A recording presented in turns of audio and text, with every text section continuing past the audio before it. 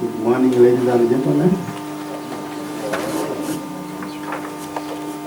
This morning, I invite you to a PhD defense in the College of Business and Management Science. We have our own colleague, friend, son, Fred Maniragaba, who is going to share with us his expertise knowledge on life of the elderly, or quality of life of the elderly in rural Uganda. So we are here to witness, but also at the same time judge his expertise in this area. As we all know, the issue of aging is becoming a global concern, and particularly the quality of the elderly.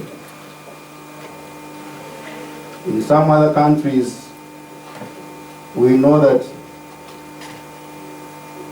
40% of the active age is working to support 60% of the elderly. This is in some countries like Far East, Thailand, Japan, etc., etc. So this study is really very timely in trying to guide our country, particularly policymakers, to come up with appropriate interventions to handle issues of the elderly or their quality of life. So we expect to take like 2.5 hours in performing this function of the defense. Allow me to introduce to you very, very key people in this process. I will start with the panelists. The first one on my line is Dr. Valeri Boras. I don't know whether I pronounced the name. Can we have to? Thank you so much, Professor, for coming. She is the critical reader or the opponent who is going to interact or engage with our candidate to really test his competence, his knowledge, and expertise in that area. Also, we have Professor James Ntozi, our elderly statesman in this university. Professor, most welcome. Can you be able to? He is the supervisor for the candidates. We have Dr. Kwagala. Thank you so much, Doctor, for coming. We also have Professor Leonard Atwaire, who is a doctoral committee member. Professor, most welcome. Dr. Annette Nakwaga. Okay. Thank you so much, Doctor, for coming. Dr. Abel Zagona. Thank you. We have Dr. Stephen Wandera, a panel examiner who happens to be the chair and where the candidate is doing his PhD. So, other members will be introducing as we move along the presentation, but just allow me to say one important small thing, that we have a place of convenience on the ground floor. So our visitors, if you feel like visiting the restrooms, just move down on the immediate left. So I think without wasting much time, because we want to manage the time very well, according to the guidelines here, the chair is given just 5 minutes to make the introductory remarks. We shall hear more from Fred regarding issues of the quality of life of the elderly when it comes to intimacy, physical fitness, but also the general quality of life of the elderly people. So without wasting much time, allow me to invite Mr. Fred Maniragaba to make a presentation, and according to the guidelines, Mr. Fred, you have about 35 minutes to make your presentation. Thank you. Thank you, Mr. Chairman. I'm called Maniragaba Fred, and I've just said. And this morning I'm happy to share with you my work entitled Determinants of Quality of Life of Older Persons in rural Uganda. And my supervisors are Dr. Kwagala and Professor Ntozi. In this presentation, I'll briefly talk about the introduction of the study. I'll also look at program statement, objectives, I'll look at the hypothesis, conceptual framework, results, recommendations, and conclusions. By way of introduction, United Nations defines older persons as persons aged 60 years and above, and Uganda as a country also adopts a similar definition, and it is upon the same definition that the current study is based. Globally, the population of older persons is currently at 962 million, and it is projected to be 2 billion by 2050. In Uganda, this population is increasing steadily, and for instance, in 1991, this population was around 700,000, and it increased to 1.1 million in 2002, and to 1.4 in 2014. This population is expected to be around 5.4 in 2050. What is not clear, however, is that we don't know whether this population is increasing at the same rate with their quality of life. World Health Organization defines quality of life as an individual's perception in their position of life, and in particular in the context of culture and value systems in which they live, and also in relation with their goals, expectations, values, and even concerns. To be able to understand this concept of quality of life, two approaches are used. The first approach is objective quality of life. This one is concerned with the way how external factors affect an individual's quality of life. These factors in most cases could be culture, environment in which an individual lives, and sometimes health systems. And the other approach is subjective quality of life. This one is about how an individual perceives their life to be. It is upon this approach that the current study is anchored. The advantage with this approach is that when you are dealing with an individual, especially when you are a researcher, an individual gives a full account of how their life is, and therefore this approach is associated with highly reliable data. Quality of life has got very many dimensions. The first one is death and dying, past, present, and future activities, autonomy, intimacy, social participation, physical health, and others. The current study, however, is based on only three, which are physical health, intimacy, and social participation. Because these are more relevant to the local environment, especially for the older persons. The problem statement, older persons are increasing in number, especially here in Uganda, mostly because of reduction in adult mortality and also improved life expectancy, which now stands at 63 years as of 2014. Thus far, older persons have the right to a good quality of life.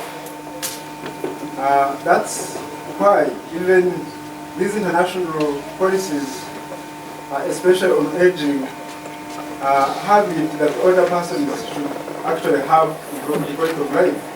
Like the Madrid International Policy Action on Aging of 2002 and even Uganda's policy all agree that older persons should have improved quality of life.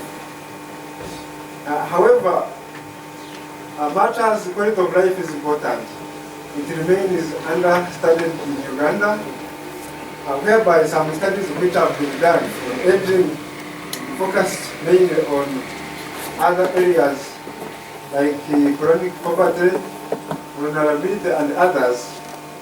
And this concept really remains understudied, and therefore there is scarce of information to direct policy even when our society is experiencing some social changes such as modernization, which has led to the breakdown of social ties, whereby older persons no longer have closeness with their children.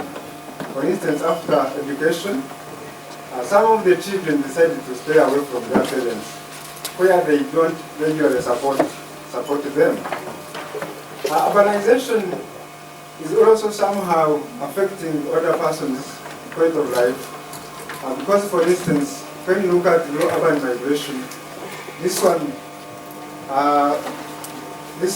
involves mainly energetic younger people who move to towns and sometimes encounter challenges of modernization, like unemployment, and therefore in most cases they are in a position where they are unable to support their parents, which they live in villages.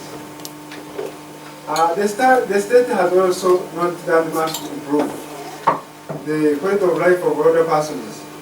Much as, for instance, the government of Uganda has tried to come up with social assistance,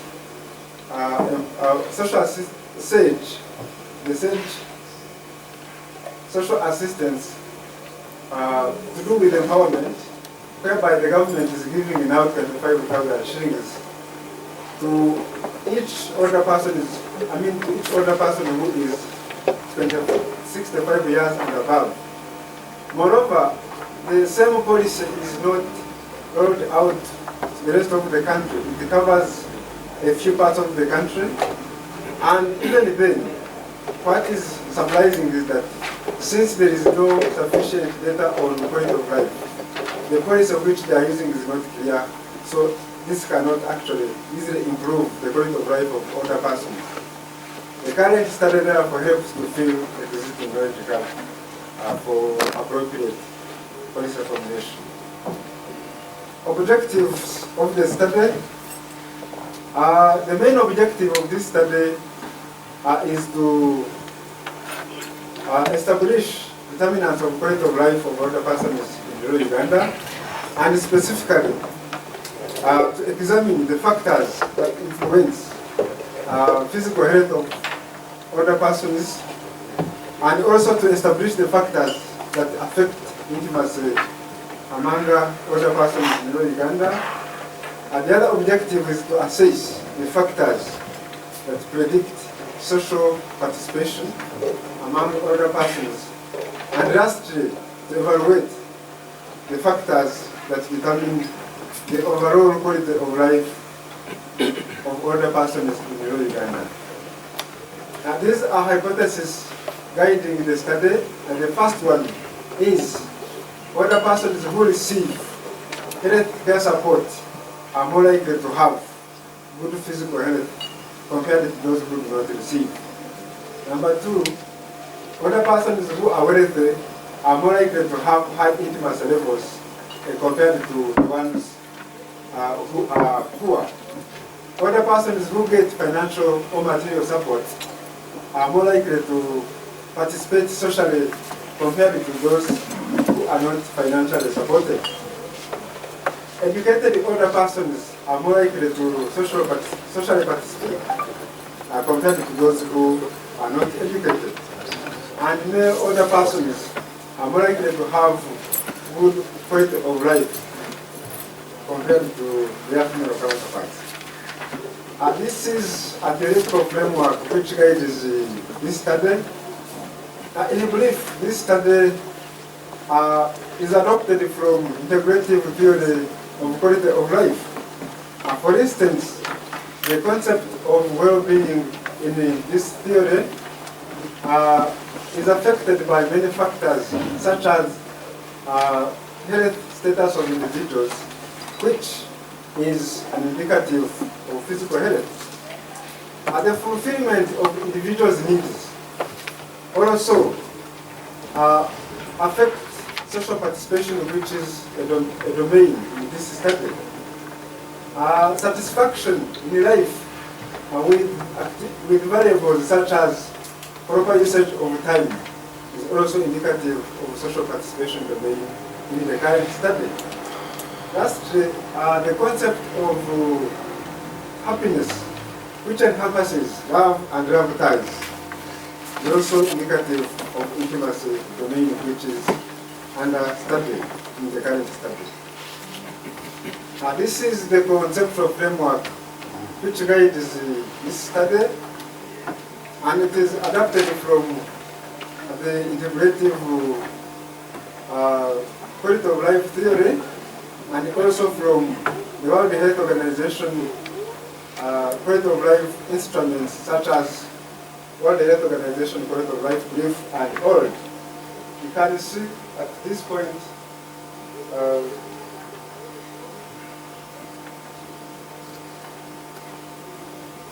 these are underlying factors which are purely socioeconomic and demographic factors which work with social support.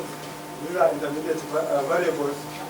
So economic factors work with social support, social network, and even accessibility of information to influence the dimensions of physical health, and thereafter they influence the overall quality of life. Methodology. This study is purely cross-sectional concurrent mixed methods approach or design, which combines both qualitative and quantitative data. Sampling. This study used the multi-stage stratified cluster sampling to select the study sample. At first, Uganda was stratified into 4 major regions, and then the rest of the sampling took place at each stage. But maybe what I need to note is that at each stage and across the board, simple random sampling with the help of goldfish ball method was used to select the required sample.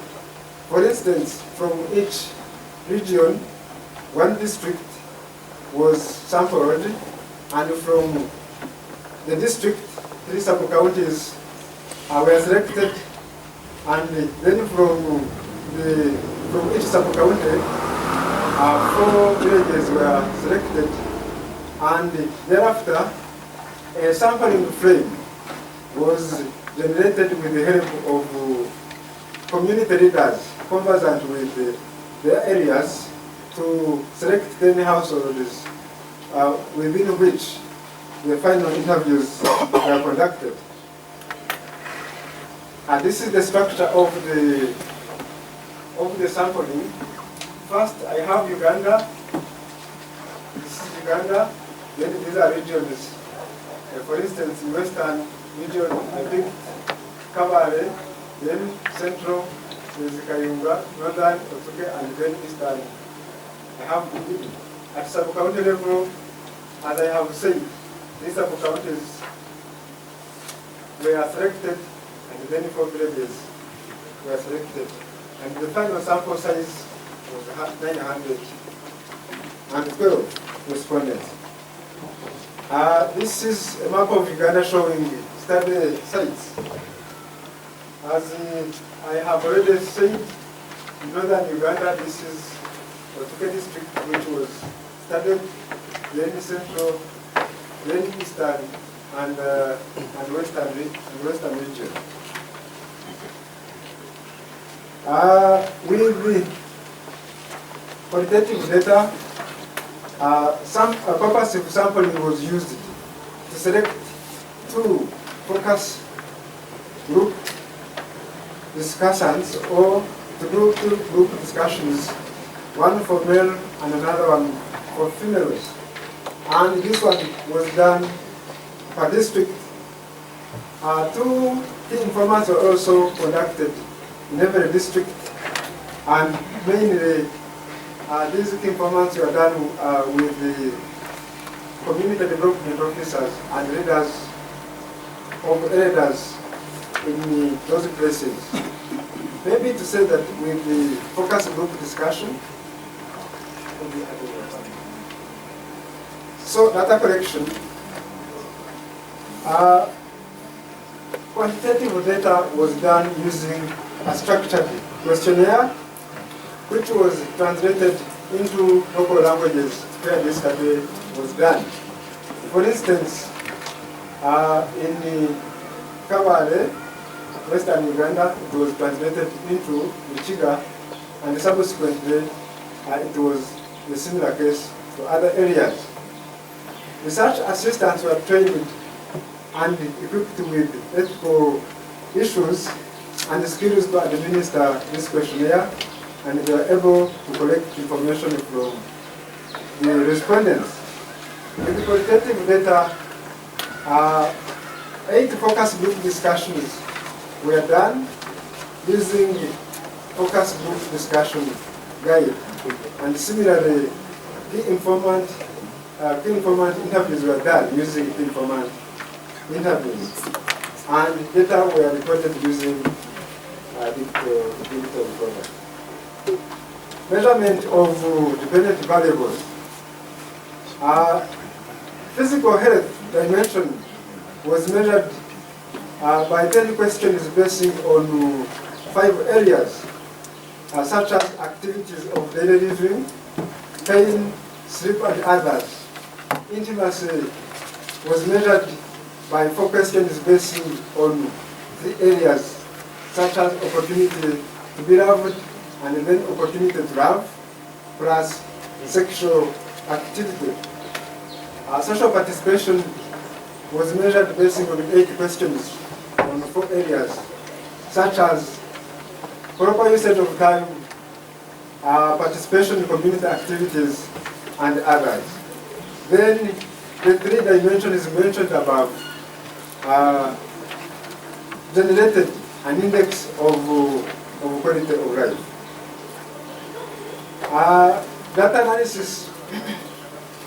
Before this analysis was done, this data was the data were weighted to correct imperfections, mostly resulting from selecting units with unequal probabilities.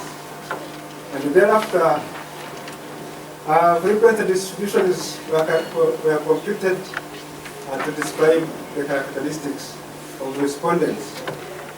Fact analysis was done to reduce the very many variables under these dimensions, because it would not be possible to do a practical analysis using all of them. Gini value criteria was used to identify the factors with the high loading magnitude to be retained, and from these indices, thereafter the latent constructs were categorized into three. Each one of them was categorized into three. One, poor, fair, and good. For instance, if it was physical health, it was categorized into poor physical health, good, and then fair. Likewise, this cut across all other domains. Thereafter, the categories of these domains were summed up to generate the index of the overall quality of life. Ordinal logistic regression model was used to determine the factors that affect quality of life, and to collect or to check the appropriateness of this model, link test was used, and also multiple linearity was tested using Spearman's correlation to make sure that the variables were not correlated.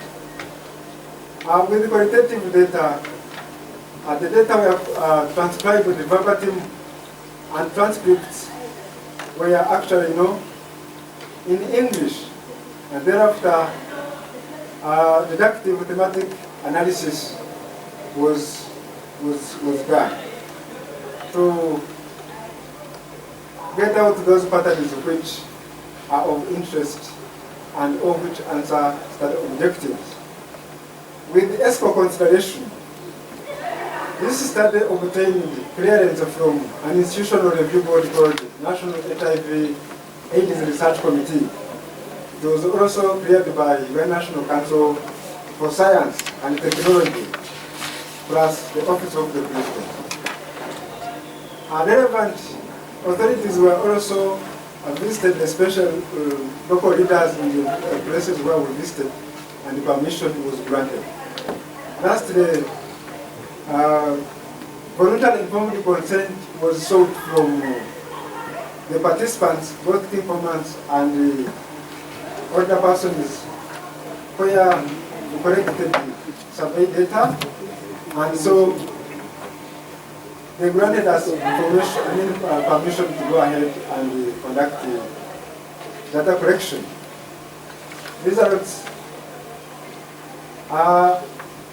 This graph shows the results of the selected background characteristics of the respondents. For instance, this bar shows that older persons, in terms of occupation, the majority of them, close to 70%, were farmers. 57% of the respondents were females, and those who were married were 51%. To remind ourselves of the objectives, the first objective is to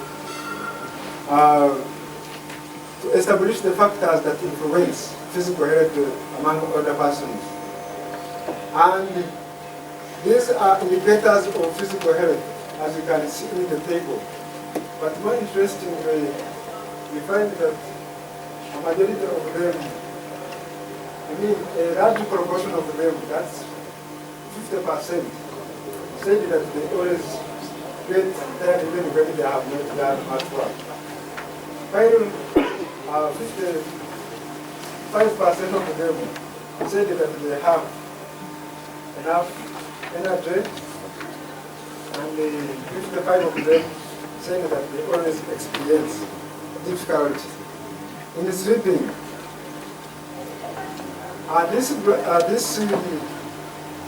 This bar graph shows self-reported diseases. Self-reported diseases, as you can see, most of the other persons, a high proportion of other persons reported that they had high blood pressure, and others reported various diseases as illustrated on the graph. These are the multivariate results showing the factors that affect physical health of older persons.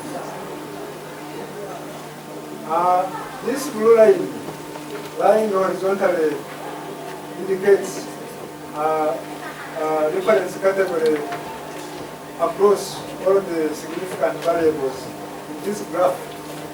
And all these blue bars which are blue are also showing the reference category for each variable on this graph. And for instance, any variable which has got this asterisk indicates that it is significant in that particular variable. That's what you can see here and here and the rest. So to maybe interpret age, whether person is who are 80 years old and above, we are more likely to have low, poor physical health compared to their counterparts in the age of 60 to 69. Likewise, but this one, mostly the reason why physical health among older persons in this age bracket is because of all the age ailments which actually affect the physical health of older persons.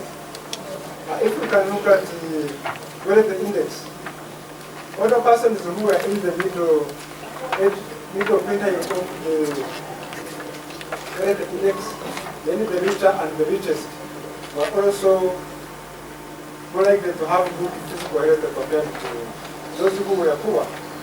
And the issue could be that when you have some resources to use in your household, you can always find it easy to access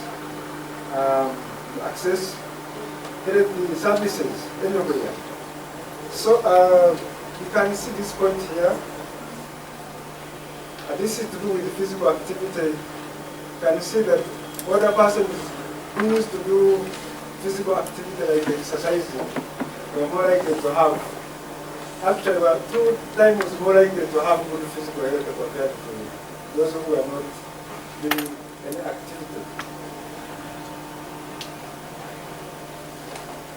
So these moving bars, I'm sorry I should have maybe illustrated them. I'm indicating that these categories in each variable are significant. I should have done that answer.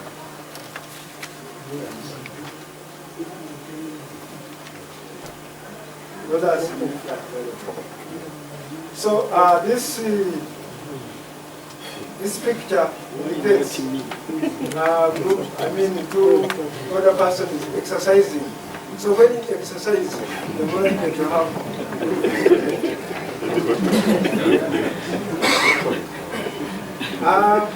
qualitative inquiry, especially in respect with age. So you saw that the age actually affects the other person's quality of life, the physical health. So in the qualitative inquiry, a participant in a focus group discussion done in Uganda had this to say, to show that age actually influences physical health among other persons. Here it reads, for me, almost the whole body, headache, for the eyes, I can no longer see. I see 2 persons in one. I have severe chest pain, ulcers, pressure, hernia. All of these are on the same person. These legs are dead. No wonder you see that I can't walk. The whole body is dead. This was from a participant, a male participant in Kaima district. So to remind ourselves of the second objective, which is about intimacy, these are indicators of intimacy.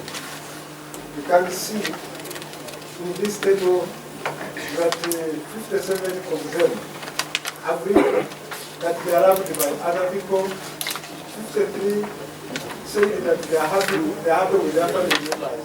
5 of the 6 of them say that they no longer engage in sexual relations.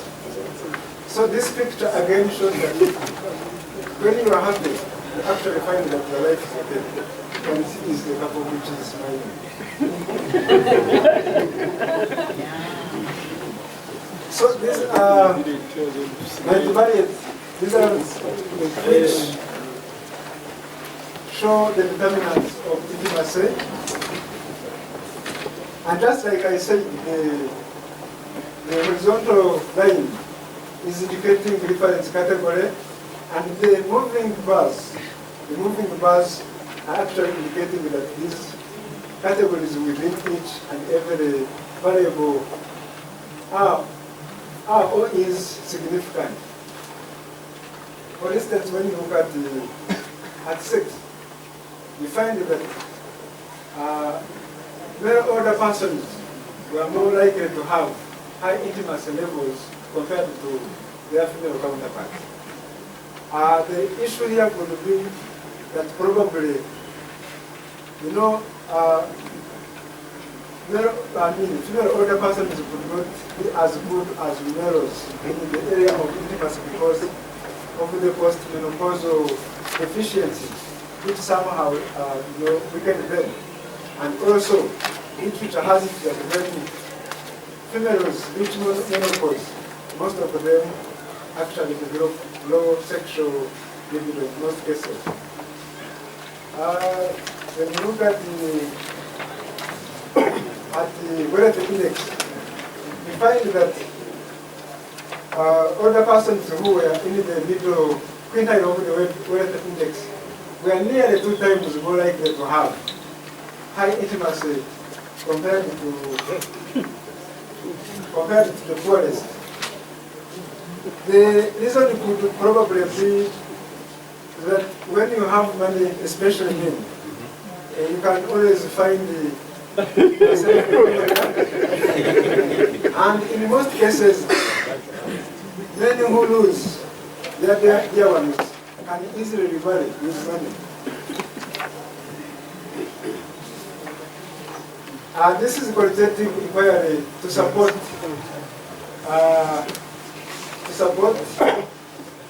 age with its association with the intimacy. And this is derived from a participant in a focus group discussion in Kayonga district, in the district Nigeria, pardon. And this participant had this to say: there is no problem with sex as such. We are just tired. And this is a woman, by the way. We are just tired. But men do not tire. We overwork ourselves to the extent of not even thinking about sex. We are so tired and fed up, so we have left that our children and grandchildren. In fact, some of us whose spouses are still alive even sleep in separate bedrooms from our spouses. So this is the objective 3, which is assessing the factors that affect social participation. And again, these are the indicators of social participation, where majority of them, 82%, are reported that they used to participate in the religious functions. And 81% used to participate in the various functions. And again, this one is used to friends. These are multivariate results which show the factors that affect social participation. Again, as you can see, the moving bars are indicating the reference, the significant categories within each variable. And as you can see, that for instance, older persons in the age bracket of 80 years and above were more likely to participate socially compared to their counterparts in the age bracket of 60 to 69. The reason here is simple. Most likely, these older persons are treated to be highly experienced in their villages and all communities where they live. And so they are respected, they give advice, the young ones. So if there is anything, they are always consulted. That's why in most cases they participate more than their relatively younger counterparts in the age of 60 to 69. With the marital status, can see that older persons who were widowed, and even those who had divorced, the widowed were 2 times more likely to participate in social engagements, and these ones also were almost 2 times more likely to participate in social engagements. The reason here could be a state of loneliness whereby these people used to participate in order to minimize the loneliness they had with associated health implications. Control over resources. Older persons whose resources were controlled by, whose household resources were controlled by their children, were 4 times more likely to participate socially. Maybe people should not be confused and they think that maybe this is a good thing on the side of the elder persons. The idea behind would probably mean that these older persons were vulnerable. In most cases, when your resources are taken over by your children, you are left with nothing. So by socially participating, going to churches, community activities, sometimes you are trying to attract people to support you.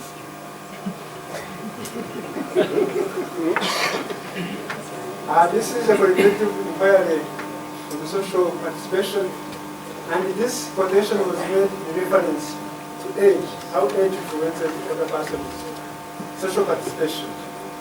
And this was made by a woman participant in the Kwagala district. And here it reads that older people participate in community-based associations, such as Batakakwezika groups, or value groups. There are those for men and women separately, which play an important role in advancing the values and norms associated with funeral rights to the young people. Objective 4. This is about evaluation of factors that determine physical health.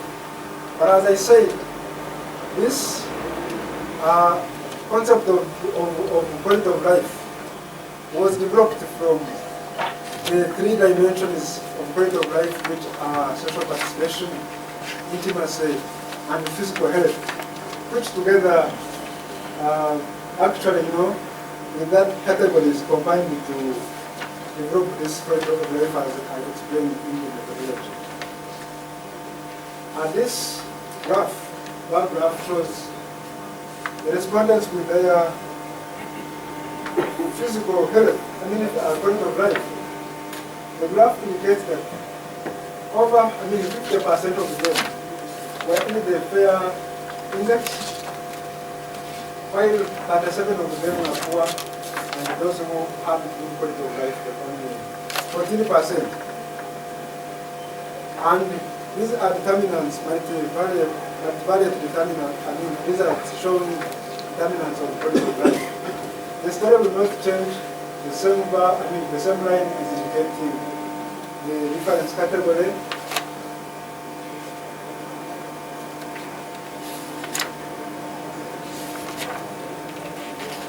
And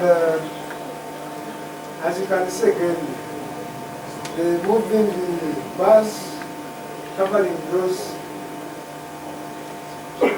those bars indicate categories within the variables that were significant. So, regarding the sex, older persons who are married were more likely to have good quality of life compared to their female counterparts. And the reason it could be probably the other issue of physiological related issues. For instance, as I said, that in most cases the post-menopausal deficiencies affect the quality of life and physical well-being of older persons who are women.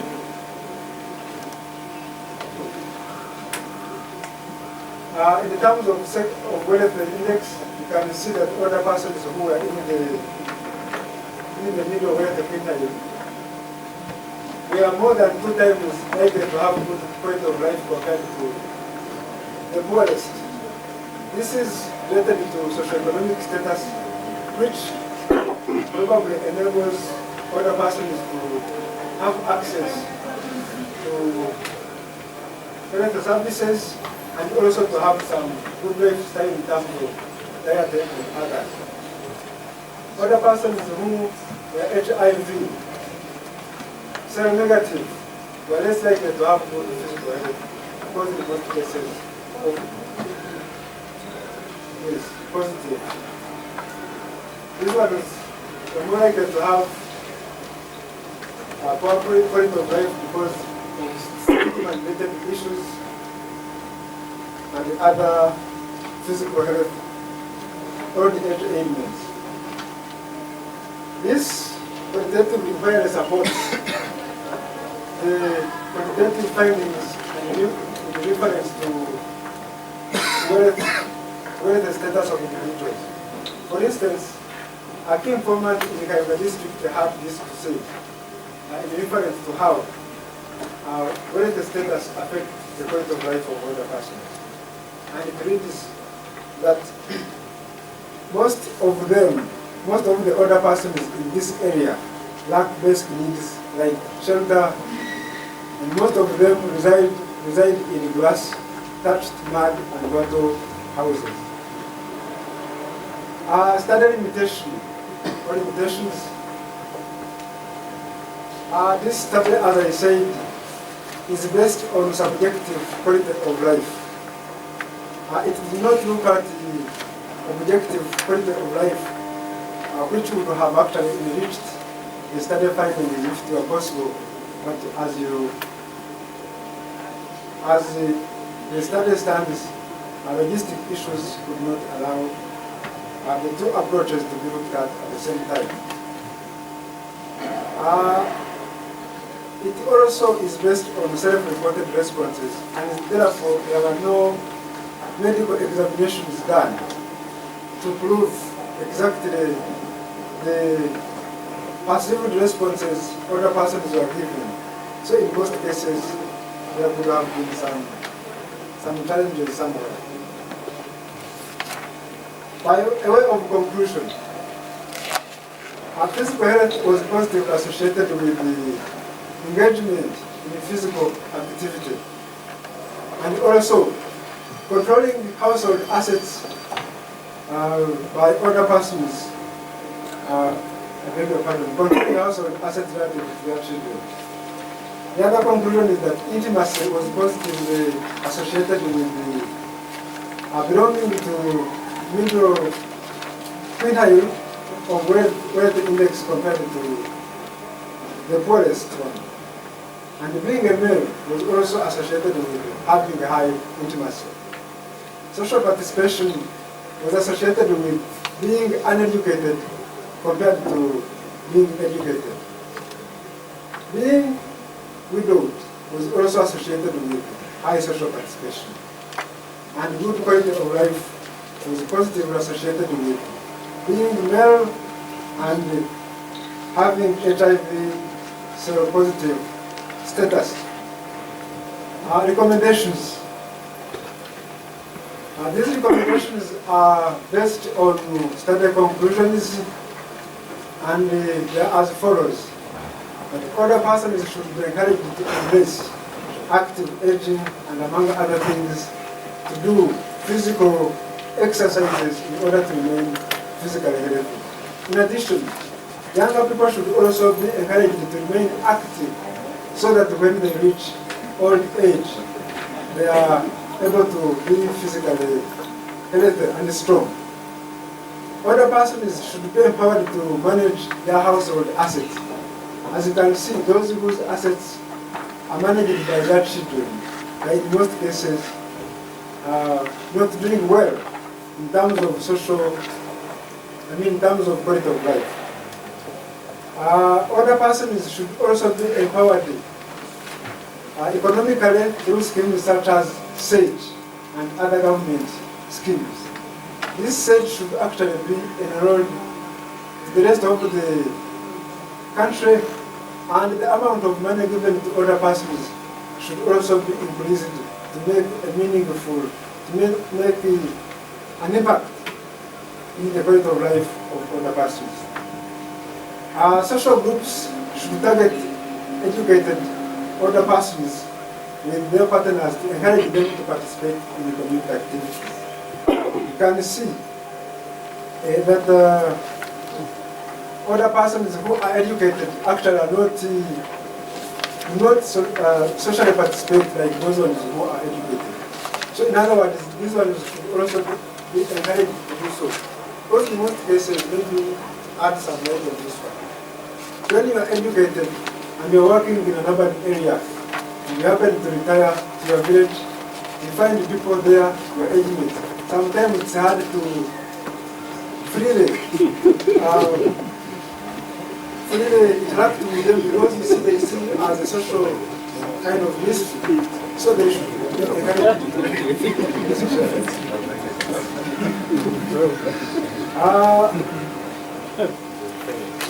HIV prevention interventions should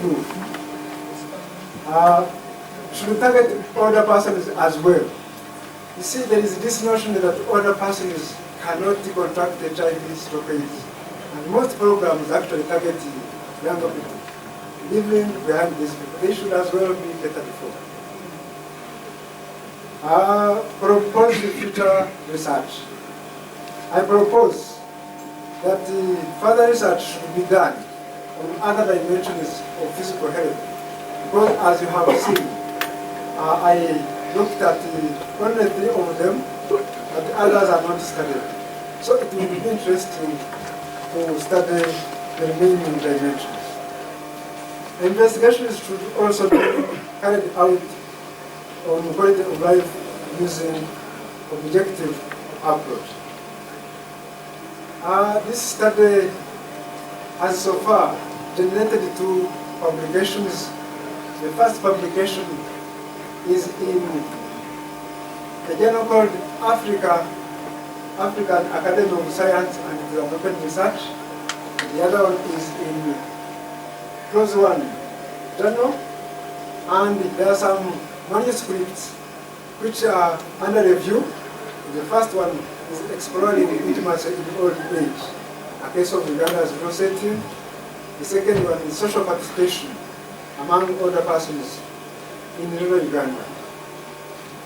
The current study acknowledges, and in particular myself, I acknowledge CANTA. This is a consortium for African research and training in Africa, which partially funded this study.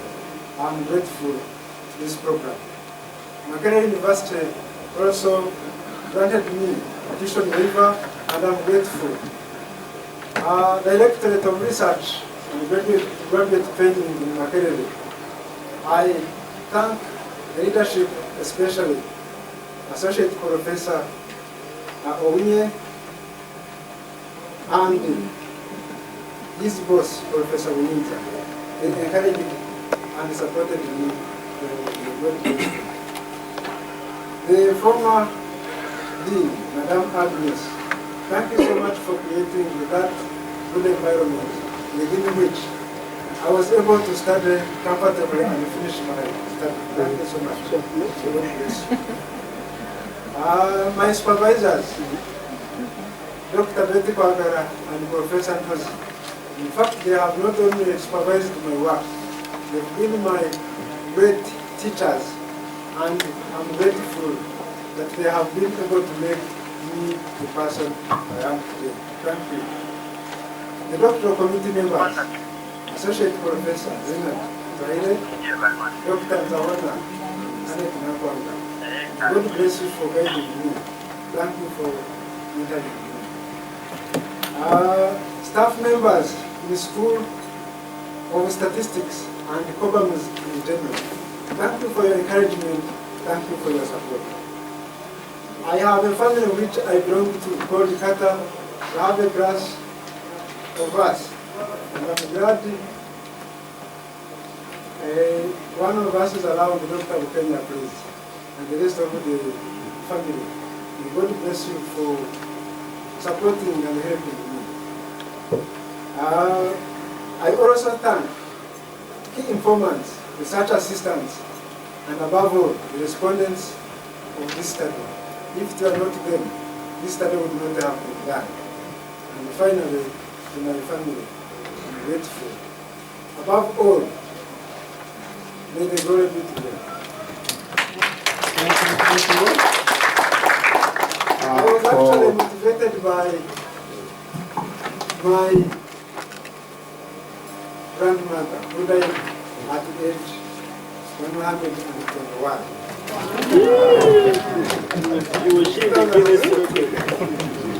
Actually, when she died, I looked around to see whether there was anybody crying. Just like that. Not even my father could cry when she died. His mother. My auntie, who is now 95, also refused to cry. That is the first time I saw people actually dancing and drumming, sounds of joy. And I said, no, I should actually do a study. We should do it in. Thank you, Ed, for such a stimulating presentation. No doubt you have all the reasons to do this. Some of us who are around, we know the journey of travel.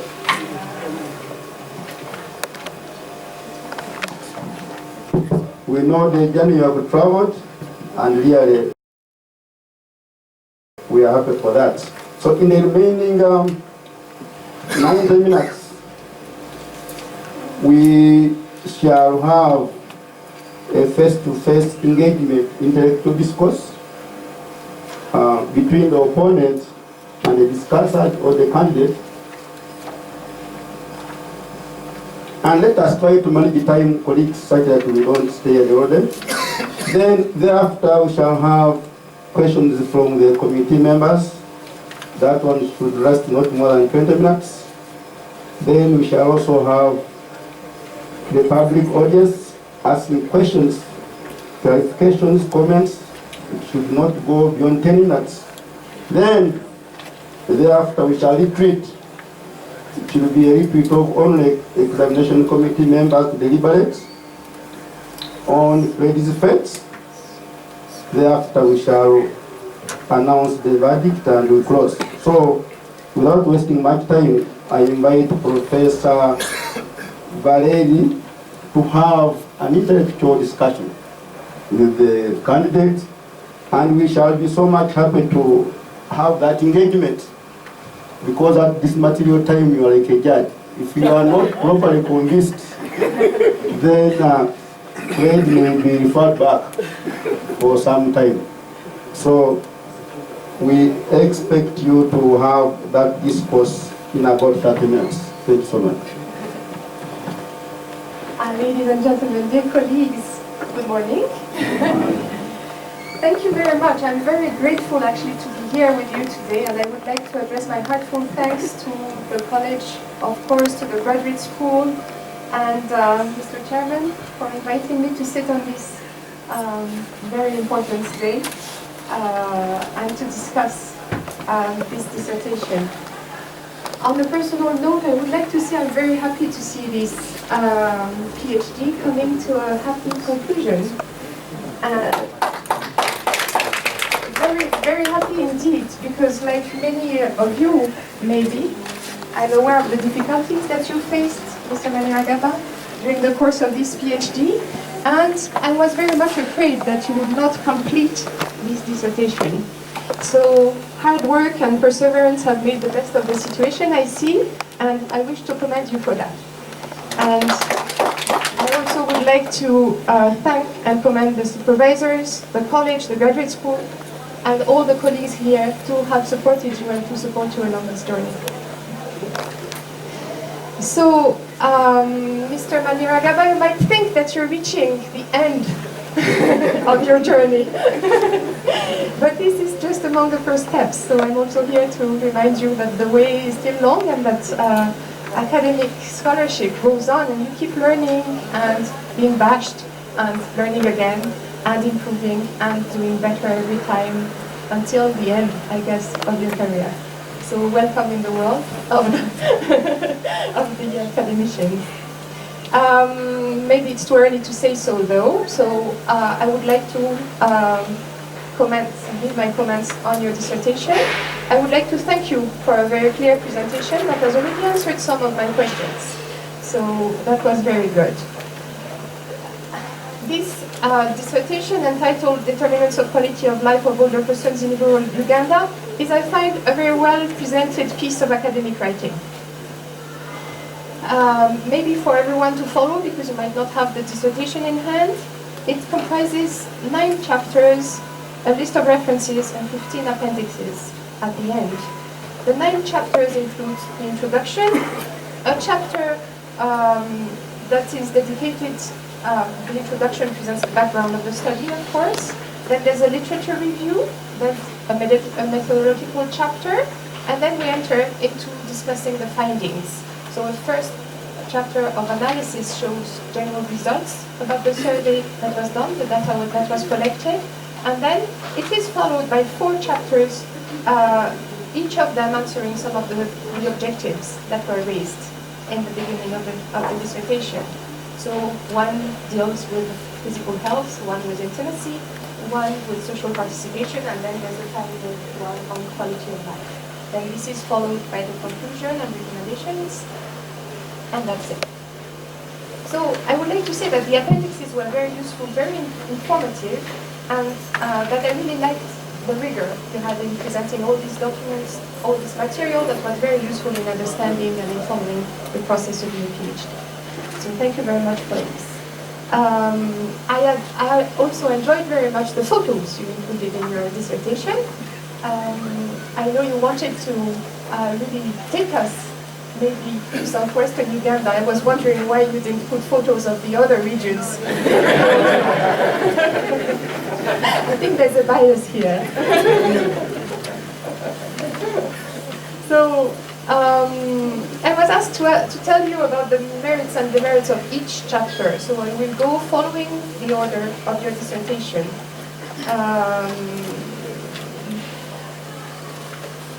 So if I start with chapter 1, the background. This introductory chapter gives the background of the study and includes problem statement, objectives, hypothesis, significance, conceptual framework that you presented already as well, before providing the layout of the dissertation. As the problem is the absence of data on the quality of life of older persons, you don't give any background figures in this introduction, but that's normal, maybe. You use the literature to introduce us to the challenges faced by older persons in Uganda, the policies put in place by the Uganda government to counter these challenges, and the need for more data, for producing new data on this, on which to base policies, and to introduce us also the very important concept of quality of life that is now the topic that is dealt with in the whole of the study. So chapter 1 is very concise. It successfully brings the reader to the heart of the topic, assessing the quality of life of older persons in a subjective approach and investigating its determinants. So I really like the way you introduce the topic. So the very first pages really take you into the study very efficiently. I would need to say though that I don't agree with one of your statements that keeps coming back in this introduction, that is that aging is currently increasing in Uganda. Because you yourself used the last census figures, and if you look at the proportions of older people in the last census, you show that it's actually been decreasing from 5% in 91 to 4.5 in 2002, and then 4% only in 2014. So also the figures are increasing, the proportions are not. So we're not in a stage of aging. We're not in the aging process yet in Uganda. It doesn't mean that your study is not valuable. On the contrary, we know that the aging process will take place and that it will be quite fast, and that Uganda needs to be prepared for that. So what you have done is very important, but you should make clear in the introduction where it stands. I do think that more development is needed, however, for the reader to understand your perspective better. For instance, you mentioned the 3 dimensions of aging that you picked, and of not aging, but of quality of life for older people. So you told us about physical health, intimacy, and social participation, among others. And you said you chose those because they were the most relevant in the context of rural Uganda. But what does that mean? Does it mean that death and dying are not important dimensions for older people in rural Uganda? You know? We also need to comprehend better what the various dimensions of quality of life we use stand for in each of these domains. For instance, when you talk about companionship, what does it mean? How is it related to quality of life? You know, sometimes what is involved in the dimensions of quality of life you're studying might not be clear to the reader. So, for instance, when you mention family caregiver or friends, how are they related to quality of life? Is it having family care that matters to older people to give them a better quality of life? Is it being a caregiver? Because I've heard that quite a lot. Older people are really happy to also provide care for others. Having friends doesn't mean having good friends, having many good friends, and so on. So I think we're missing some definitions here, and we're missing a proper introduction of each of the concepts that is used in the dissertation.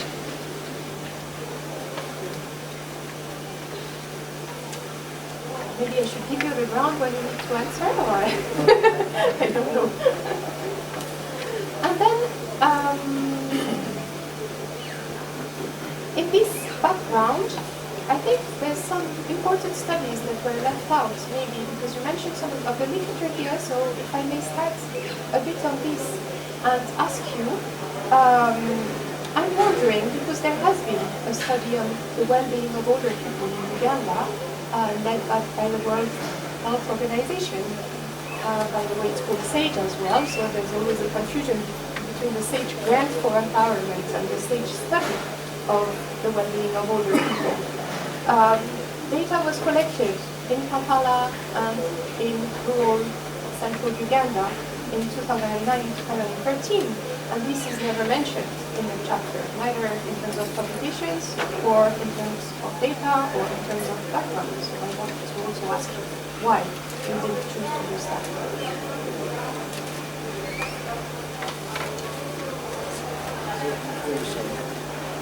You want me to finish everything before you answer? Well, there will be a lot of questions to answer. Chapter 2 about the literature. I will go on this because it's related. The general literature is mobilized in the dissertation, so at different stages it's used in the background chapter, as I already mentioned, it's used in the literature review chapter, of course, and it's then mobilized again for discussing the findings of all the analysis chapters. So that is very good, and other references are quoted properly, they appear in the reference list, if I'm not wrong. And so that's all right. The literature review chapter now is structured according to a succession of themes corresponding to the variables in the subsequent analysis, if I understand that. So each section presents insights of some previous academic work in which this theme or this variable has been analyzed, crossed with quality of life, and then the results are presented and compared for this study. So we have literature from all over the world, of course, that deals with quality of life and other variables, and their association is commented. So this is excellent, but it leaves out a lot. So I would like maybe to ask you how you focused your literature review. Because you mentioned it in section 2.1, but it's still not clear to me. And I think many fields of academic research have passed through the mesh of your net.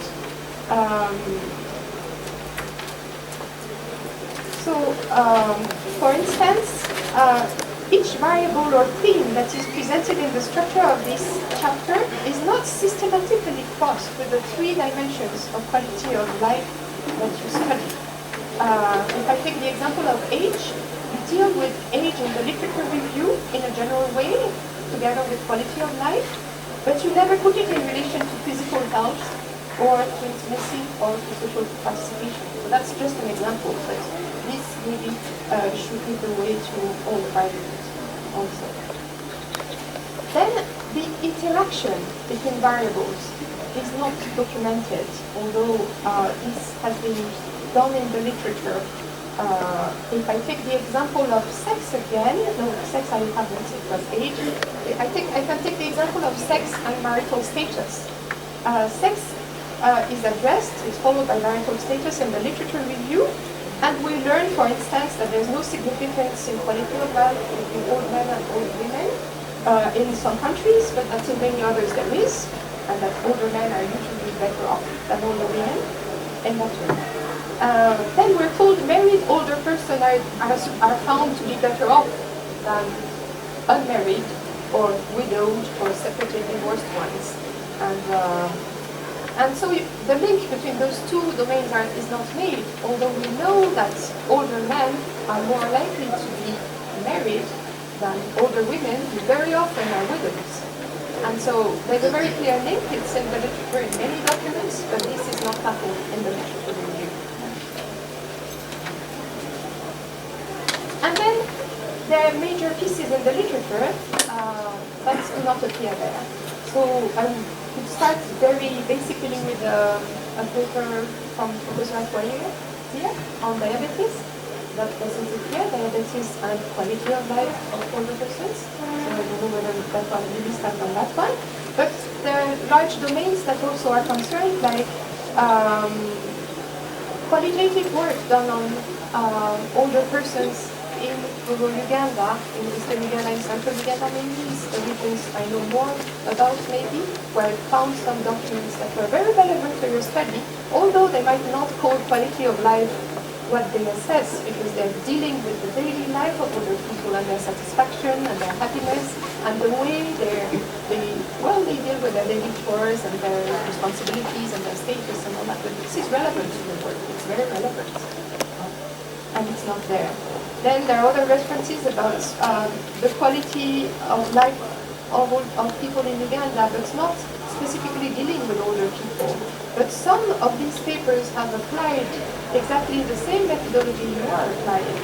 And so it is relevant because they've worked on the quality of life of people in Uganda using similar methodologies, although not on older persons. So this might inform you, actually, and confirm your study as also being relevant. So there's a need to be using that. So I wanted to know whether you knew, for instance, about that paper that was written by Gonzalo in 2016. And in that paper, it's a study of the quality of life of younger people in Uganda, not older.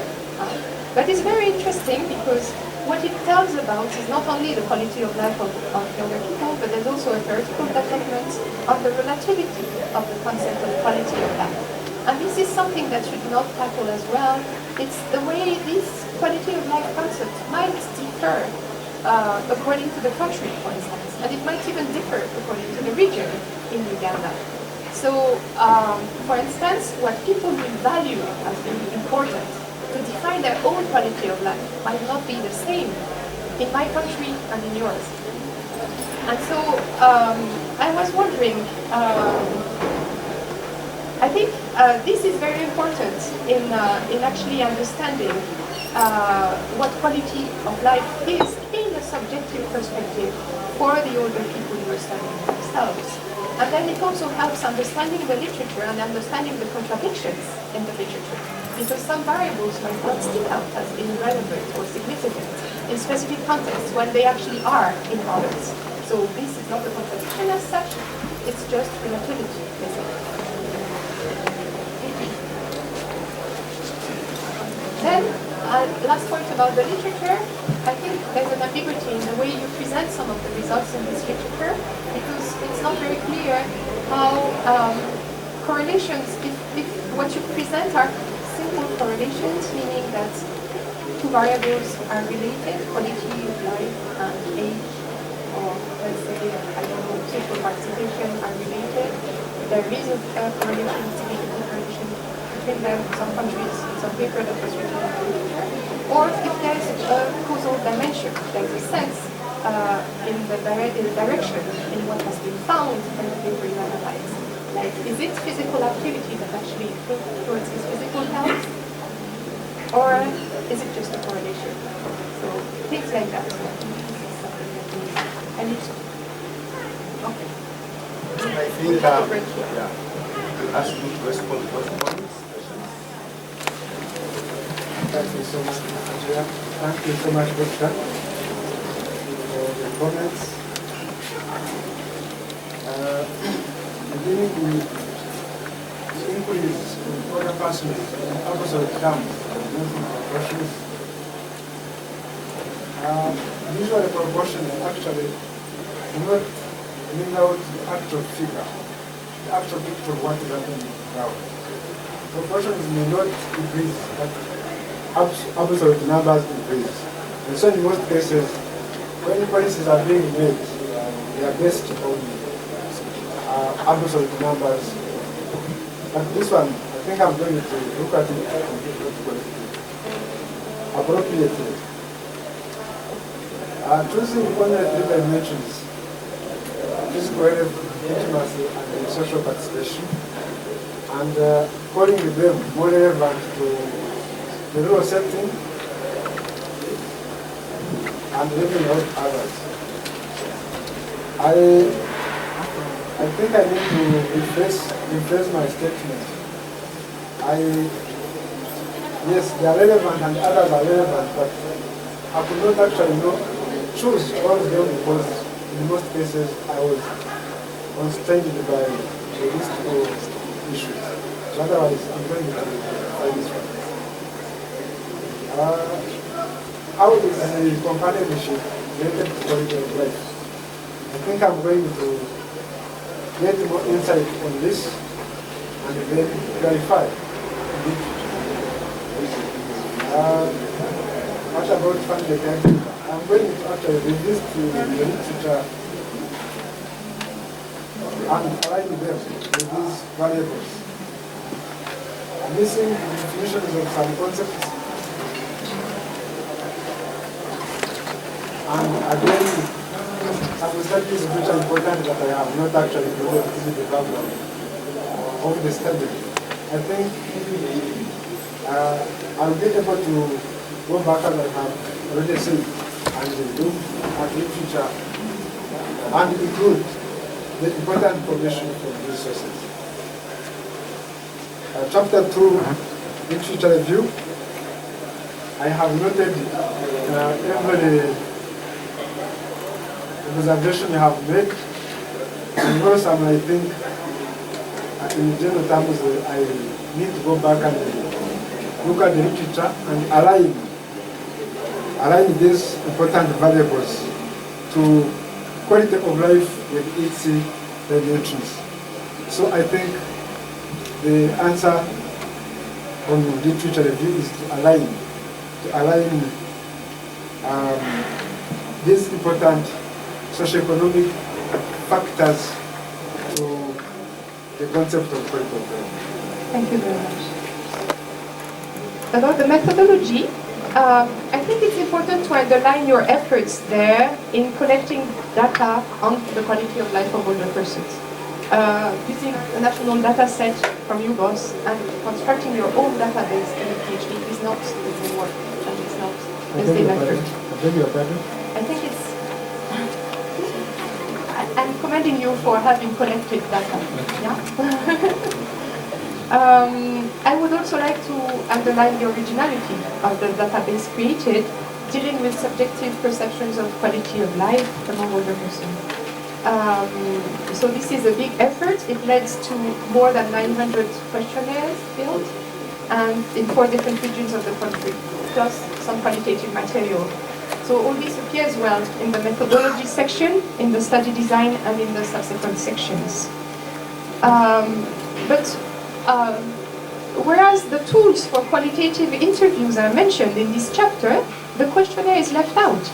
It's not presented, it's not discussed. The choices made are not argued, choices in terms of questions, choices in terms of the flow of the questions, which is slightly different to your grade of analysis.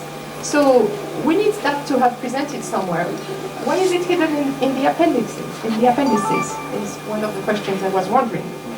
Then the fact that there are only 2 key informant interviews by district. That one needs to be justified and documented. Why 2 only? You mentioned page 47, a list of actors that you interviewed in these key informant interviews. I have to give you the list. Persons in charge of older persons in the Ministry of Gender, Labor and Social Development. Local councils, community-based organizations working with older people, as well as community development offices at the district headquarters. NGOs and CBOs working with older people. Now, and you did only 2 per district. So who are those? Why? Are they comparable? Are they similar persons in each district? Huh? And then you mentioned in your dissertation that you were expecting to find couples of older persons in each of the households. And we know we have 480 households in this sample. And you were expecting to get couples and then to have about 900 and something that would fulfill your sample rules and be okay. You didn't get couples. That's what you say. Only 50% are married. But you still have 912 respondents. So I was wondering where they come from. What about this other half that are not married? Does that mean that there were older people living together as brothers and sisters, maybe? Or did you find older people elsewhere?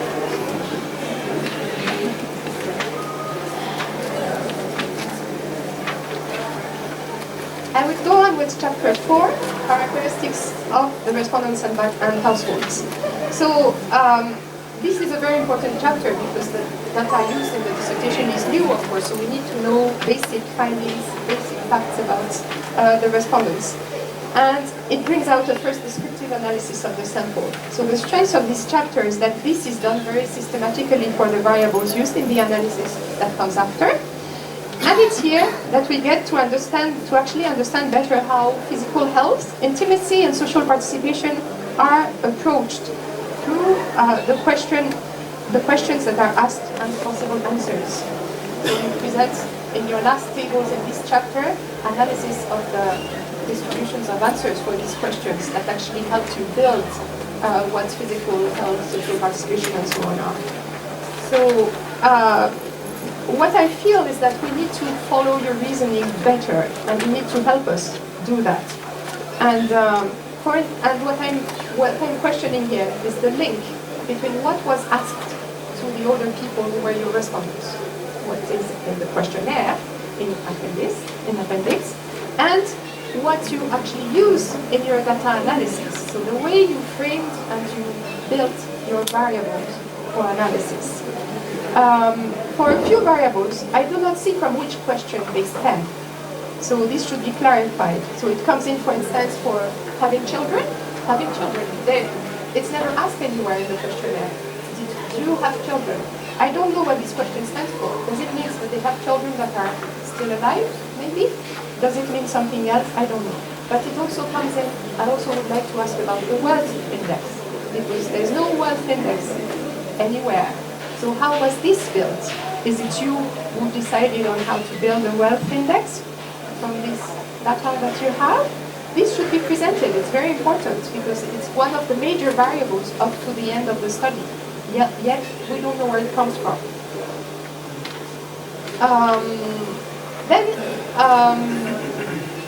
Correlations between variables are not studied. The models that you use, logistic regression, they have as a strong hypothesis that the variables you put in the models are independent. Now, so you need to study the interaction between those variables. You need to actually remove those that are too correlated to each other. So did you check for correlations?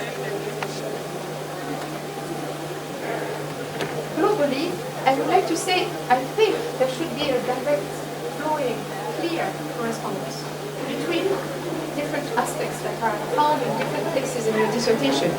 The questionnaire, 1. The outcome variables that you presented us in your conceptual framework, outcome variables for each of the dimensions of quality of life. 2. The summary that you present here, that's in the methodological chapter in table 3.2, that mentions the variables that are used in the models. And then the questions that you mention in those tables at the end of chapter 4, where you go through the frequency analysis, the distribution of the answers for these questions. But we don't see a clear correspondence between all those, so we don't know exactly now how you actually built your indicators in the end, and what each question, where the variables come from, how they were built, what they actually refer to, and so on. And so this is, to me, a major issue in this work, and it needs clarification.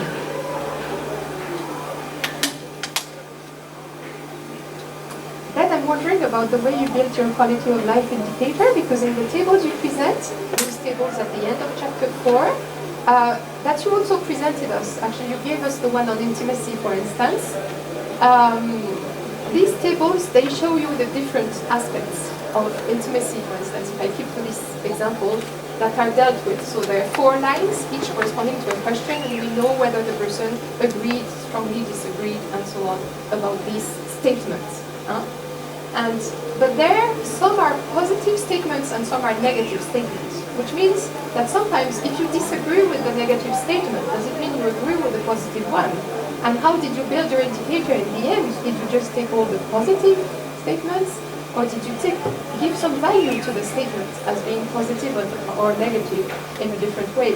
So this is very important in the construction of your variable, and it's not explained anywhere in the dissertation, so I would like you to give us more information on that.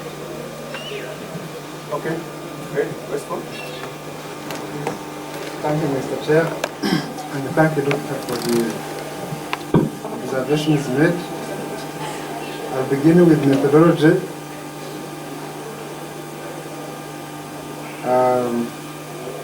On the issue of questionnaire which is not well explained in the methodology, I need to check this and correct accordingly. Now, to justify why 2 informant interviews were done in the methodology, and possibly, because I have indicated that I am going to interact with many other people other than the ones I interacted with, like community development officers and leaders of other persons' groups. As I have said, I was constrained by logistical issues, but I think I need to go back and collect and align this methodology with my findings. So those persons I did not actually know visit, I will be able to adjust accordingly. Mr. Maniragaba, I don't think it's a question of going back to the field, but maybe adjusting the... Yes. I'm saying that the persons I do not see, for instance, in the Ministry of Gender, Labour and Social Development, I have to remove them because they are not part of my findings.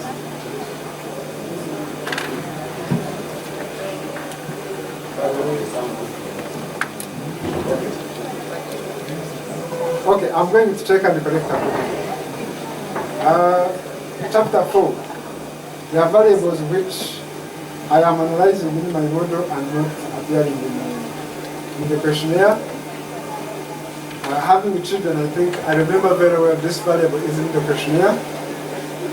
And as I said from the beginning, this questionnaire was adapted from the standard instrument of World Health Organization, quality of life, belief, and also integrative theory of quality of life.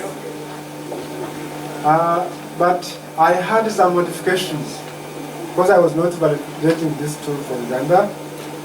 So some of these variables are coming in, not because they are actually in the standard instruments, but because I got them from somewhere else. So I will have to check and align them to my work.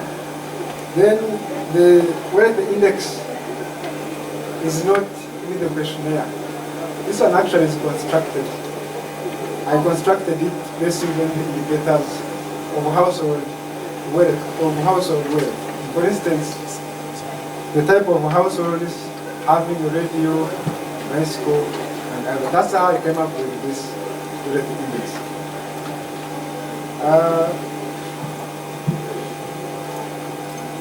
I used the Spearman's correlation to test for multicollinearity, so these variables which I put in the model were not related.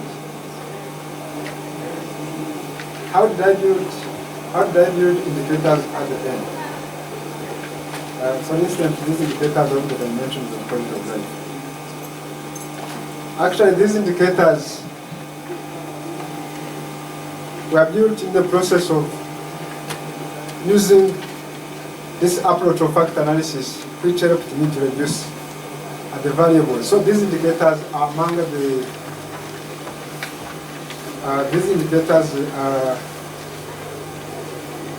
those ones which had high loading magnitude that were identified by eigenvalue criteria to be actually further analyzed. That's how I came up with these indicators. Because good enough, I had collected data about them.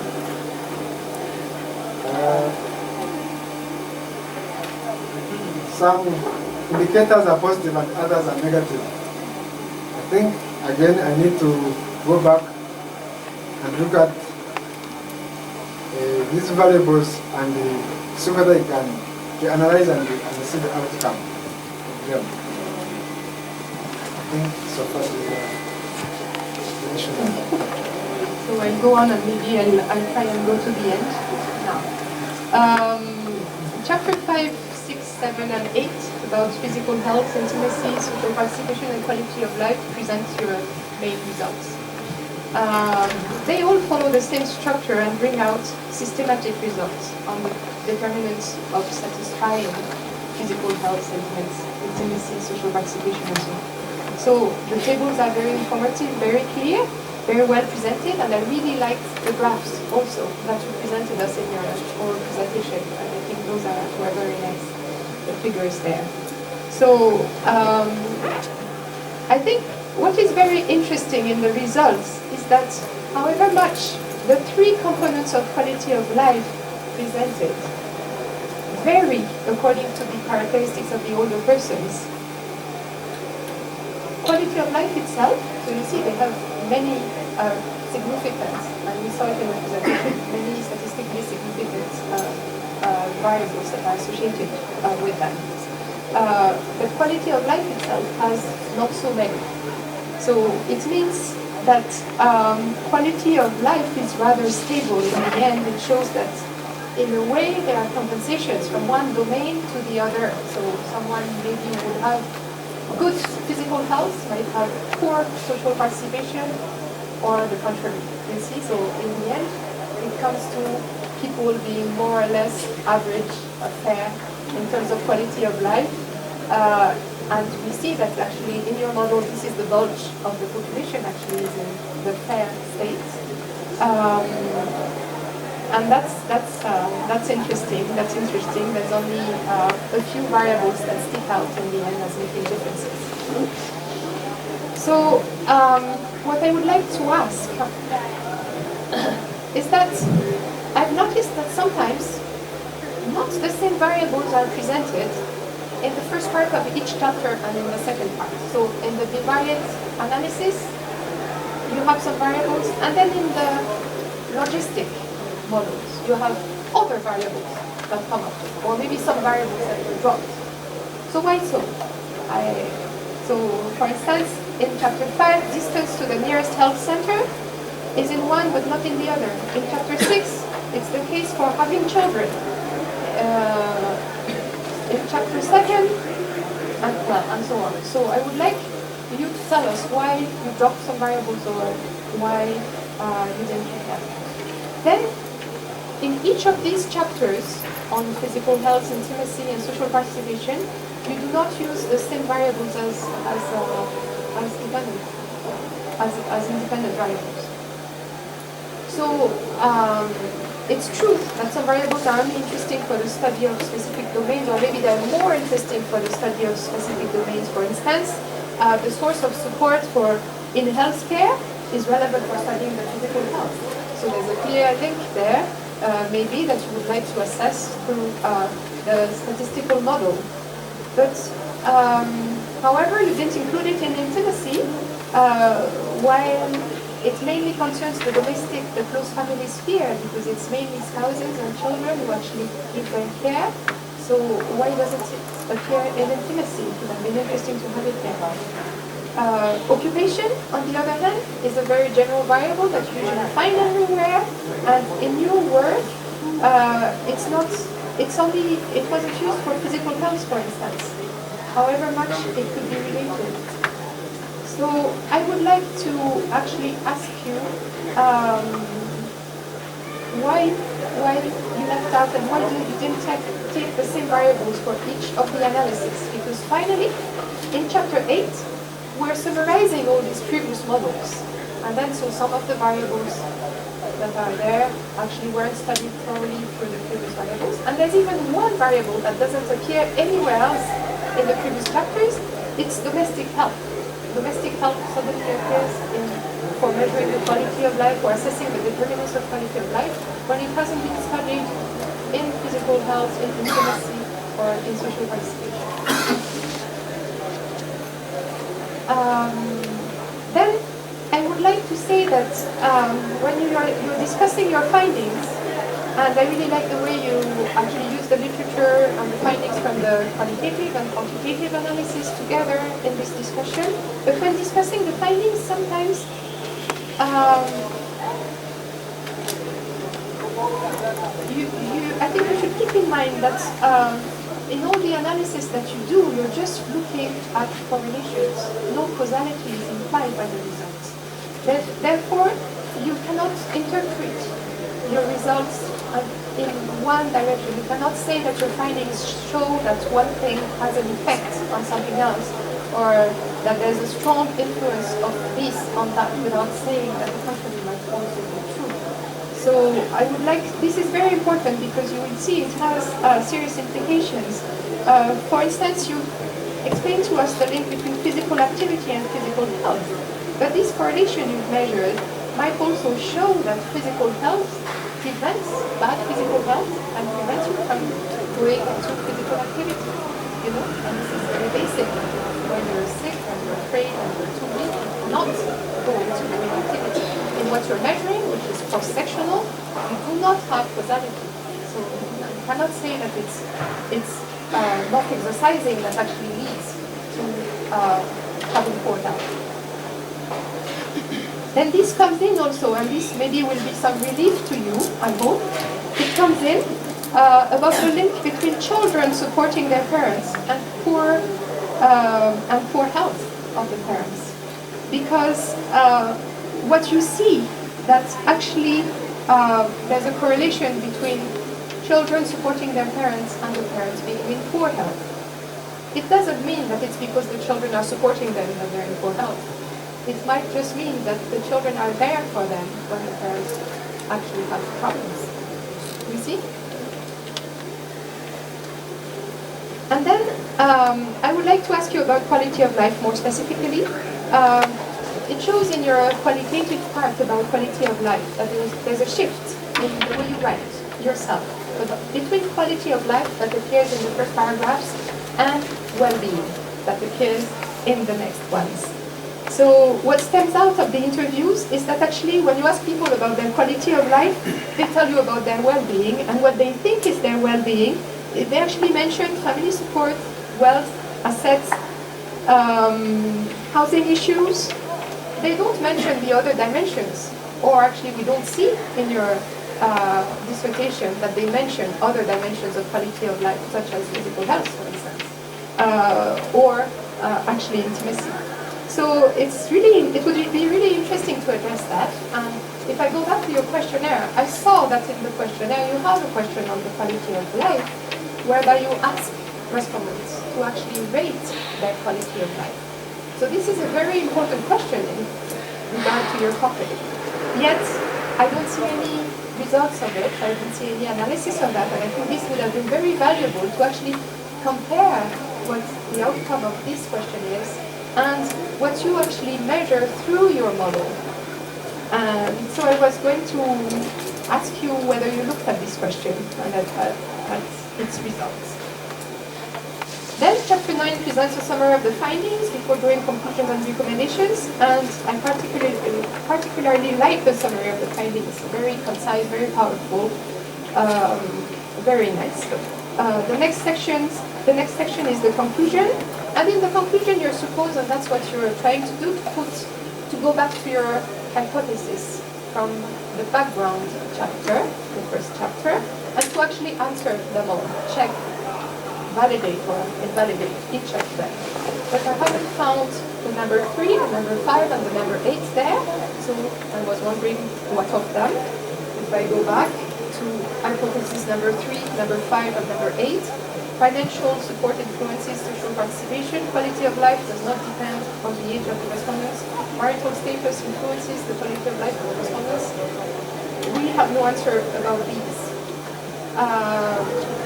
And then I'm just noting that in the recommendation section, at the moment, your recommendations are a bit far away from what you actually studied. So I feel a bit worried about that. Maybe there's some part of the analysis that I didn't see. But for instance, you're saying on page 143 that one of the domains that people, that policies should look at, that results from your work, is intimate partner violence among both the young and older persons. So I haven't seen anything on intimate partner violence, so I'm wondering how you derive that from your work. In conclusion, I would like to say that this PhD dissertation presents original analysis made on the corpus of qualitative and quantitative data that is new, that were collected for the purpose. It deals with a theme on which there is scattered research. It uses a methodology that is specific, brings out many new elements. It's therefore a very precious contribution to present knowledge. I learned a lot myself from reading you, especially about the quality of life method that I didn't know. And I think it does provide a good basis for a number of papers that you see you've already gone into the process of publishing, and that's very good. But for a scientific point of view, I think many things can still be improved, maybe in the coming months, and in the papers you're going to write or review.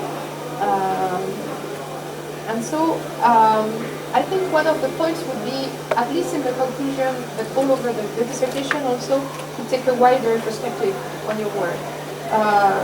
Yes, always sticking to the research directions that you've documented, but maybe finding a way to make them wider. So I would like maybe to ask you a final question, and then I stop there and I let you answer. I know time is running. If I understand right, in your model, your methodology, you in the end give the same importance when measuring the quality of life of older people to all the different dimensions that are taken into account. So for instance, you give the same importance to physical health, to intimacy, and to social participation in the building of the final indicator of quality of life, because it's built on the evaluation of these 3 dimensions, right? So I noticed, for instance, that I noticed that the results in the last section on quality of life are somehow similar or very close to the ones that were found on intimacy. But isn't that related to the fact that in this model, because intimacy is put at the same level as the other dimensions, and because it's built only on 4 questions instead of 7 or 8, then it means you give more power to these questions than you give to the others. So you give more power in your analysis to, for instance, the question about sexual relations than to different dimensions of physical health itself. So how do you see that? Do you think that in Uganda today, when you're an older person, these 3 dimensions of quality of life have the same weight, have the same importance in the 4 regions that you studied? And do you think that the weight that you're giving to each of the components of somehow this dimension of quality of life couldn't be balanced in a way. I saw that in your questionnaire you also have questions about the importance of some facts, of, for instance, having friends, having relatives or a close family, different dimensions like that that are asked, different questions that are asked about the importance of these dimensions for the person. So I haven't seen you taking these into account. Right? Thank you.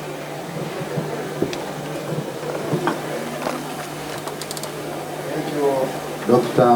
Varel. Any comments? To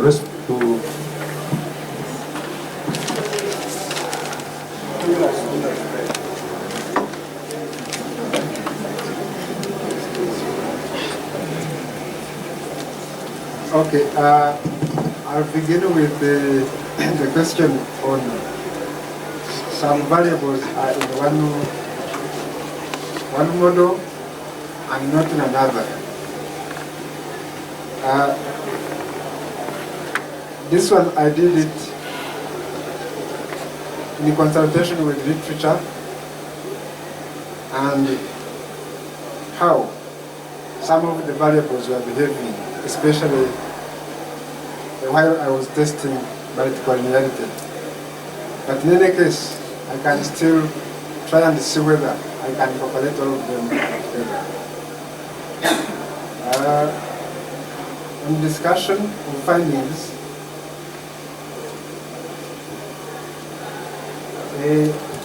this was maybe a mistake. I shouldn't actually interpret my findings in one direction. I'm going to see how to correct this, again basing on what is in the literature. On the quality of life and well-being, somehow, maybe somebody can easily get confused. I think, yeah, I need to revisit my work, read it, and be consistent with the concept to use, so that people are able to follow without getting confused about the two concepts. Because they may not necessarily mean the same thing.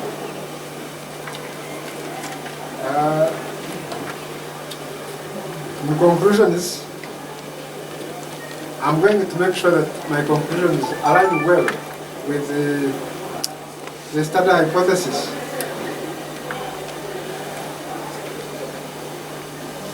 And at the same time, I also acknowledge that somehow I made some mistakes when I was writing my recommendations. I'll make sure that I base these recommendations on findings so that the whole picture of the policies being advocated for is clear.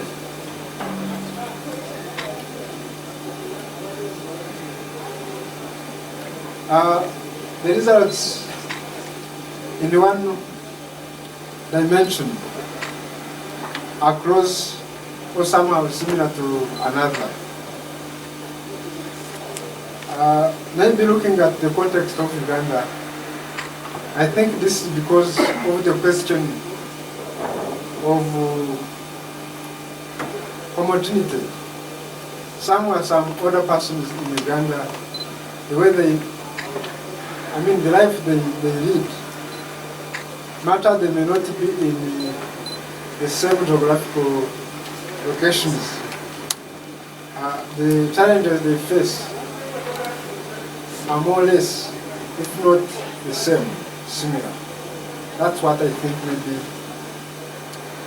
has caused this closeness or similarity of the findings from one dimension to another. I thank you. thank you. Let's clap for Greg. And thank you so much for concurring with almost 90% of the comments, questions raised by the opponent.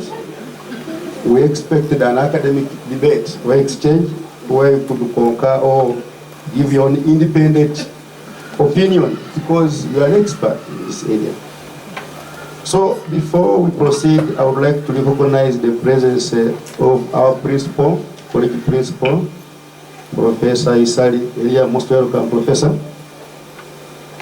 Other protocol observed.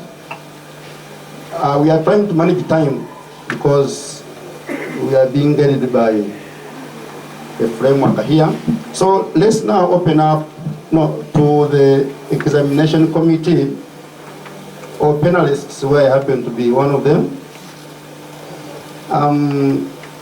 This one should take not more than 20 minutes. And please, let's ask key questions that we think are burning, or comments that can help Fred improve his thesis. Maybe before I go to this stage, Dr. Veral, are you convinced? Thank you so much. So you have passed the first litmus test before we go to the second stage.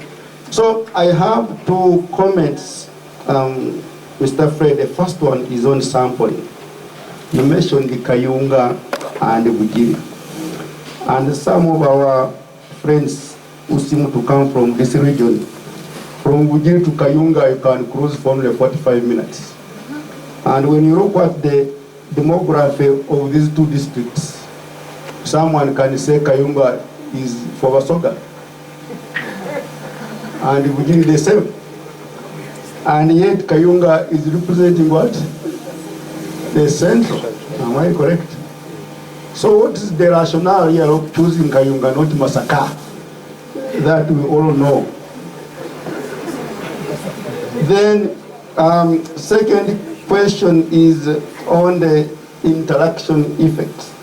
Actually, the analysis you did really was good, but what if you did some more interactions, for example, in trying to find out a male with the secondary level of education, what is the likelihood of being physically healthy compared to a female with no level of education? Things like that, such that we get to the bottom line of what intervention is to make to improve the quality of life of the elderly. Then the third one is on the wealth index. I know you could be using an asset items.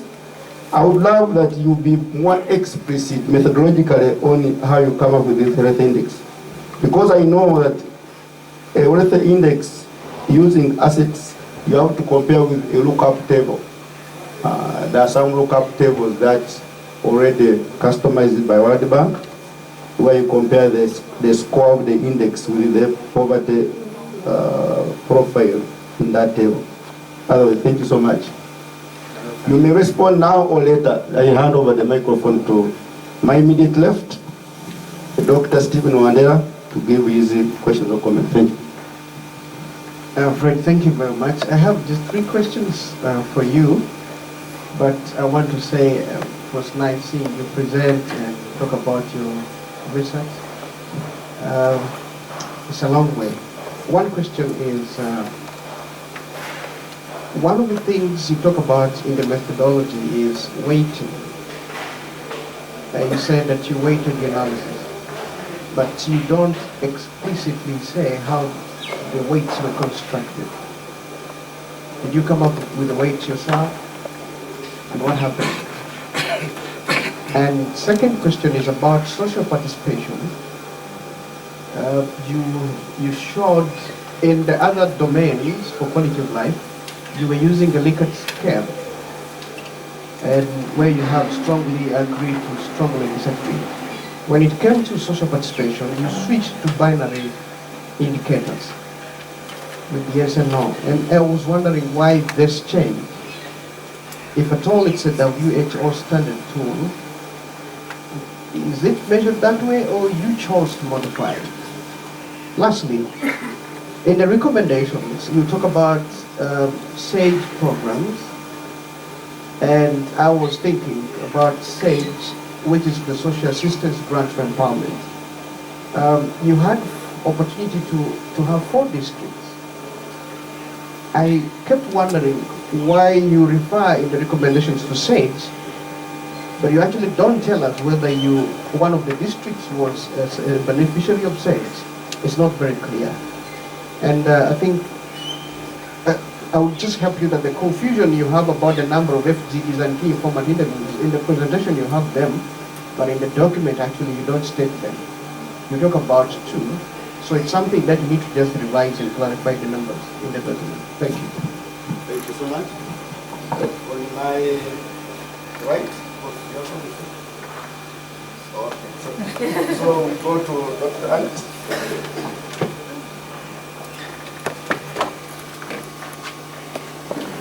Thank you very much. Hello. Yes, Fred, I congratulate you so much because I know the journey that you walked through right from the beginning to the end, and I'm really happy that you're at this level, and I'm looking forward to seeing you more powerful than now. Okay, so I really commend your work. It is very good work. You have good writing style, and it's really comprehensive work. One question that I would want to ask you is about, it's not really actually a question, it's just about your recommendation on HIV programs and regarding elderly people. You know, there are programs for HIV currently that are also benefited, the elderly people benefit from. But the unfortunate thing about these programs that they are not age friendly. You know, when the elderly go there, they meet doctors who are young in age, so there is an age gap that acts as a barrier for them to open up for them. So you can't believe being cancelled by a young chap, you know, asking you how many times you've had sex with your husband, do you have any boyfriend, do you have any, you know, they are quite challenging. So you need to advocate for age-friendly programs that suit the elderly people. They should be cancelled by elderly counselors so that that age gap is closed. And then there are also no geriatricians right now in the country, which is something very crucial now. Nobody is specialized in treating the elderly people in the country at the moment. So it's becoming a challenge. They end up being given Panadols, you know, aspirin and so on, you know, because of the joint pains they get, the various diseases they get. But nobody is really specialized in treating them. So that is a recommendation that should come out in order to help these people improve their quality of life in terms of health. Yeah, and then probably the other issues include a definition of terms in your thesis, at least in the preliminary pages, so that the reader is able to know the operational terms that you're using for ease of understanding. Yeah, the other issues on the interviews and focus group discussion, you don't tell us how long the interviews were conducted. Please tell us how long they were conducted, and then give us the details of which people did you actually interview on ground. Okay, I'm sure in the districts there are about 1 or 2, by the way, per district. So it's a justification that you purposely selected these people because they are knowledgeable and they work with older persons. So tell us those exact people that you interacted with.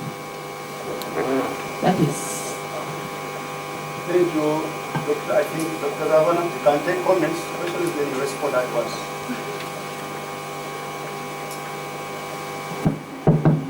Thank you, Mr. Moderator. One observation and one question. The observation is on aging policy, and I'm referring to the manuscript. This is on page 16.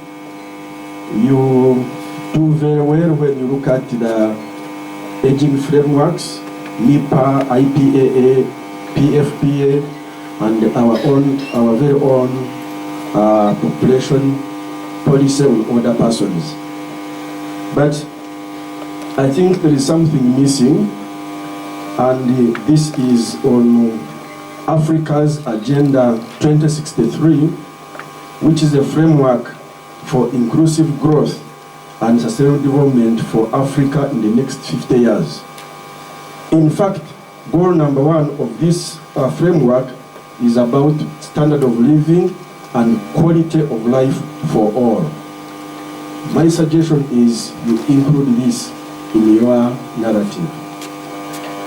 The second is a question, and I pick this from the proposed research agenda, which I find presented on page 146. You suggest a number of important areas for future research, but I think there is something that is missing. First of all, you've done very well on older persons in rural Uganda, but do we know much about older persons in urban Uganda? WHO advocates for age-friendly cities, and Kampala is not one of these. Try to look at a scenario where an older person, especially one who has never been to Kampala, is trying to cross Benchwanka Street to catch a taxi and go for socialization, which you are studying. Even younger people these days find it an uphill task to move in this city. So what about older persons, especially those who are new to the city? And because of that, I want to find out from you whether you would like to propose that future studies be done in urban Uganda, and if so, what kind of specific inquiry would you propose? Thank you.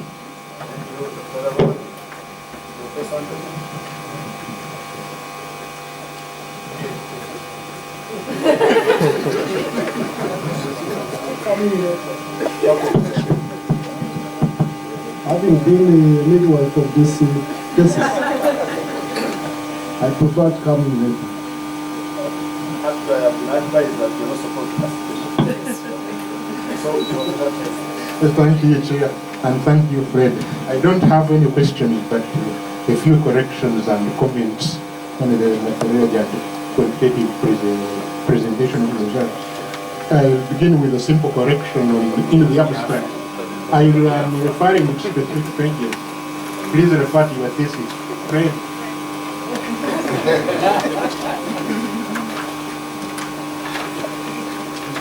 In the abstract, simple correction, the second paragraph, the very last sentence of the second paragraph, you talk of having HIV status. You are missing an adjective there. Everybody has HIV status. You mean positive or negative? Now, my main issue is on page 52. Where the two last paragraphs on that page are misleading because they are incorrect and because they are meaningless. If you take the last but one paragraph, you are saying that the number of factors to be retained was determined based on the eigenvalue criteria and the script law in Appendix 1. Now, are you trying to convince us that you go to the script law on page 169 and from there decided that you will retain physical health, intimacy, and social participation from that script law? That is patently untrue.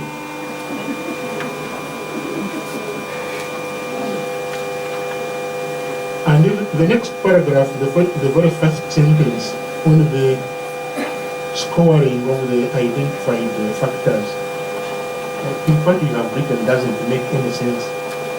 You are saying they were calculated for each older person through linear combinations between observed and factor loading. That is a completely meaningless statement. I think those two paragraphs have to be related. Tell the reader exactly what you think. The next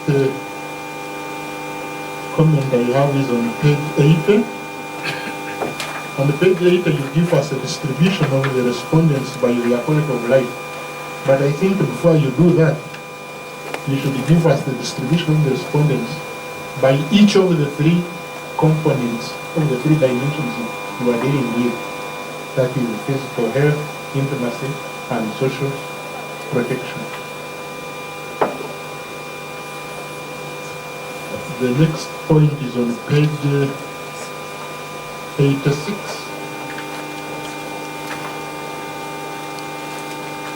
Page 86. This is a correction.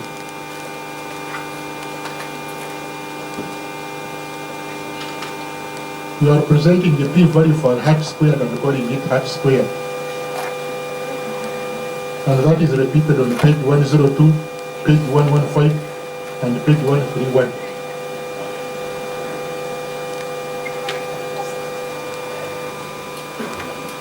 Have you got that? Finally, if we go to page 99,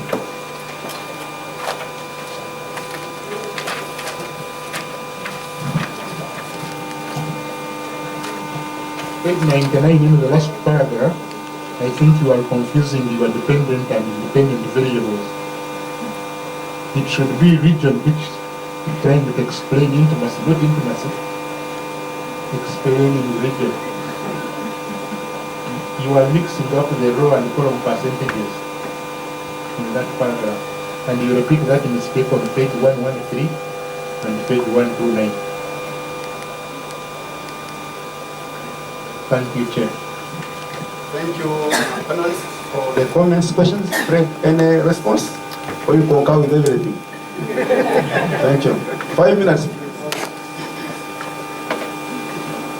Dr. Deliberation, thank you so much for the questions. First, the rationale of choosing Kayunga and Bugiri. When these places are almost the same. As I said earlier, I used the simple random sampling with fish ball method to select the sample. So I could not do otherwise. This was dictated by the sampling.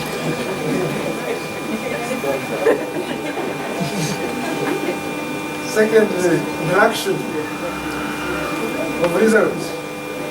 For instance, if I looked at male educated older persons and then I compare them with female educated older persons in terms of their quality of life, this would have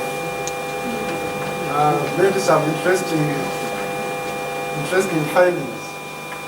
I find this one a good observation, but I think I'll be able to do it in the forthcoming papers which I'm writing. Stephen, weighting of data. I said this data was weighted to minimize imperfections which come as a result of selecting units with unequal probabilities. Generally, the purpose of this is to reduce bias in study findings. So this was done. Actually, we did not base on any standard instrument because this is an independent study. We generated these weights. I generated these weights myself.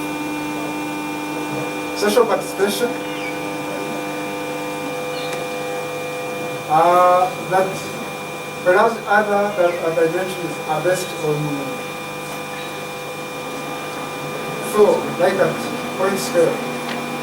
4-point Likert scale. Social participation is binary. I said that this study is adapted from integrative theory of quality of life, but also the conceptualization was done picking some ideas from World Health Organization quality of life instruments with modifications. So this social participation is not put on the 4-racket scale because it was verified. So with this district, and I said I need to check and see whether some of the districts I listed had already started receiving SET, and then I will have to adjust accordingly. Dr. Annette Nankwaga, you are guiding me, and I appreciate.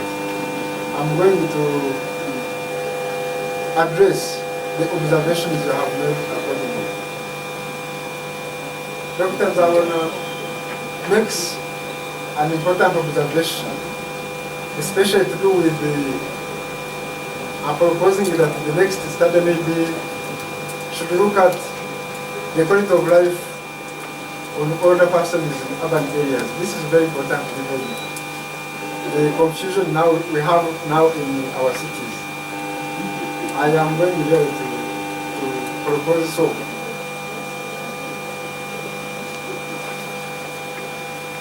Professor, thank you so much for the corrections, Professor Toire.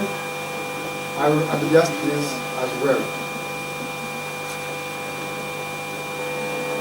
Thank you so much. Okay, thank you, Mr. Maniragaba.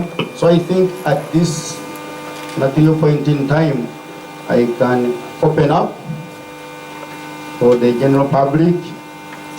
Please, as you ask or give a comment, give us your name, perhaps where you come from. It could be a minister or an ambassador, so we need to recognize you here. And be brief with the question or the comment. Thank you so much.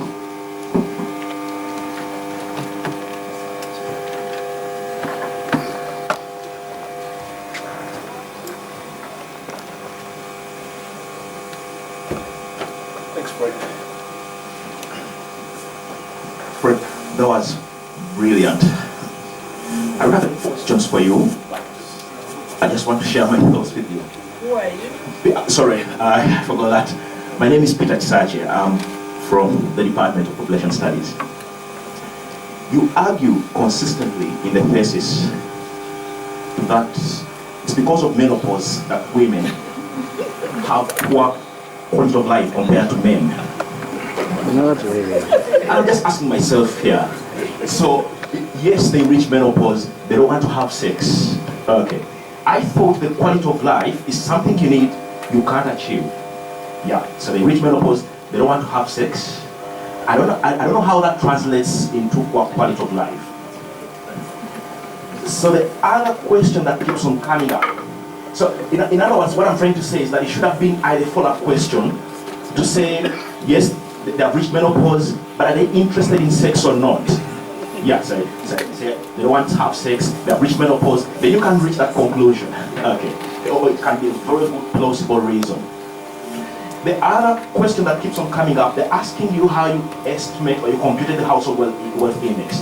Now you don't have to explain this, but when you read the DHS manual on how they compute this household wealth index using the asset-based approach, it has quite a number of limitations. I'm just trying to suggest that I think you want to consider that in the thesis. I'm not read the thesis, but I think you want to highlight that in the thesis. Thank you very much. Thank you. Fred, by the names of Alan Kabageni from the School of Statistics. Fred, I want to congratulate you for getting this far, and thank you so much for taking us through what you did this far. Mine is a follow-up, and I believe maybe there's an answer that you didn't give us, and there are two, maybe just to seek more clarification. And still one is related to the data weighting. How did you do it? Is there a specific variable that you use? How did you do it? I think it did come out clearly, and it is very good that you did the weighting as you mentioned in methodology. And my last question that left me still wondering, it's about the selection of the two districts. You mentioned the fishbowl method that you used, but I would like to hear more. What is special about Kayunga and Ujiri in relation to the older persons? Thank you.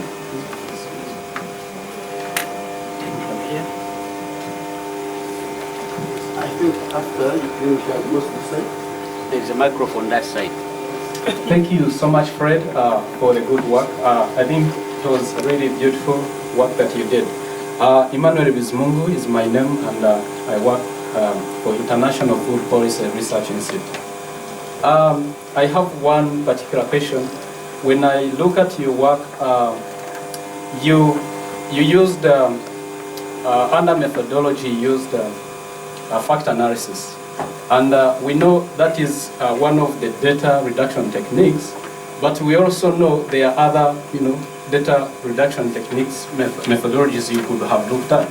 So I'm wondering why did you choose that particular one? Yet we have, for example, cluster analysis, we have principal component analysis, and maybe latent class analysis. So I think in your explanations in your work, you do not give the advantages and disadvantages of each, and then how you arrived at the particular one you used. Thank you so much.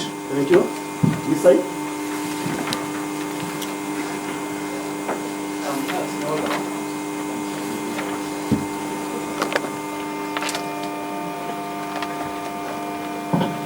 Yes, when I was reading looking at the stakeholders that he consulted, the permissions and so on, I saw Office of the President. And I know that this is a very well scientifically written publication, PhD thesis, and there are papers and others which are coming up. But I think that if I refer to Office of the President and some other older persons to which the results of this could be useful, maybe it might be better to think of some other lighter publications. For instance, a policy brief or something to make sure that this goes beyond just the library and beyond the utilization by science. Thank you very much. Thank you. Next. Thank you.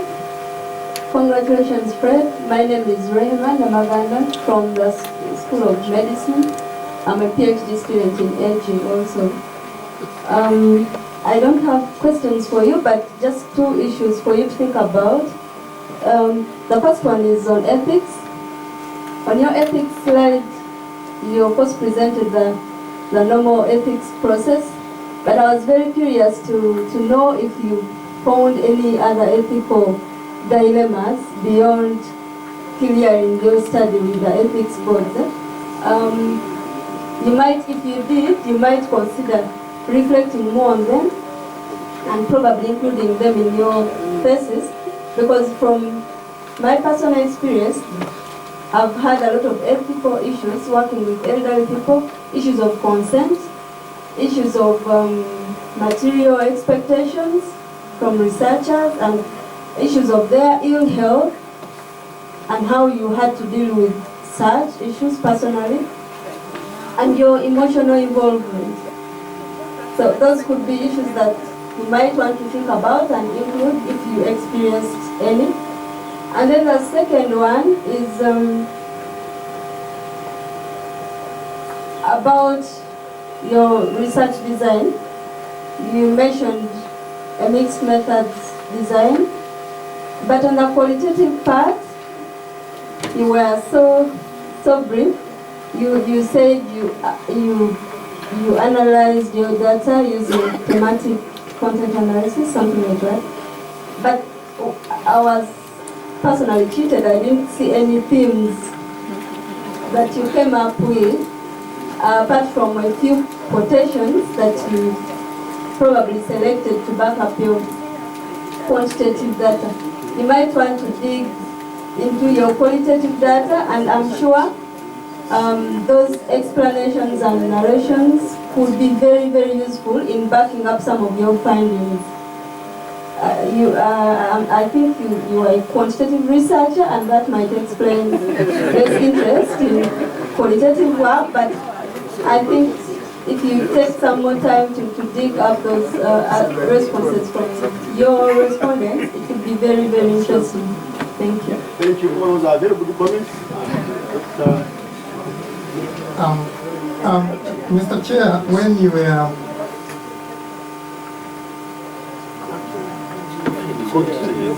the question goes to the chair. Okay, Mr. Chair, it's not a question to the chair per se, but when the chair was asking Fred, he talked about the interactions. I think even the opponent. What I want to ask is to benefit Fred. If the main effect is not significant, does it really make sense to have an interaction effect?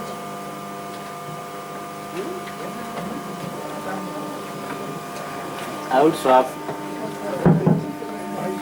Fred, I also have two questions. Yes. Yeah, one is on the translation of the instrument. My name is Ntozi from CoBAMS. You said you translated the instrument and you are doing the research in 4 districts. That means you had to translate the instrument into 4 districts, but the presentation in the 4 languages rather, the presentation of your findings are in English. I don't know now, did you also translate the findings from the local language into English? And then when I look at your quotations, they are in English, so I need to know how that will happen. On your slide number 20, slide number 25, if you can go to that, I see a picture. I am wondering where this picture was taken from, which district, if you can go back. 25.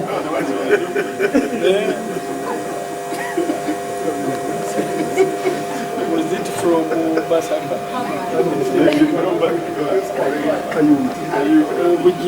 Go back a bit, I think. No, that one. That one. I'm wondering in which district this is. But also, maybe that is Ujiri.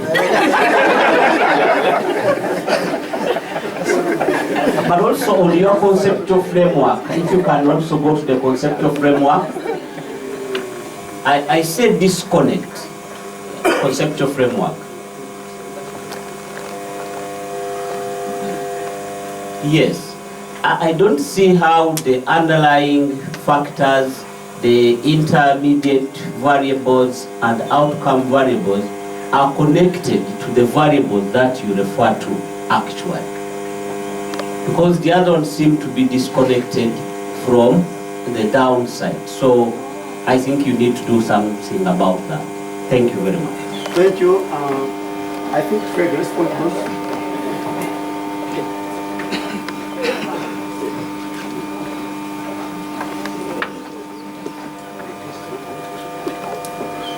I think most of them are comments and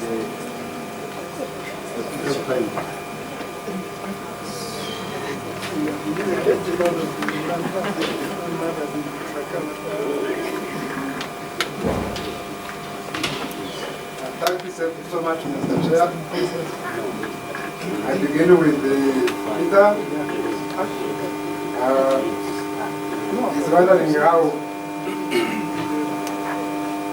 why I am actually not repeating the menopause issue with sex among women and how sex translates into quality of life.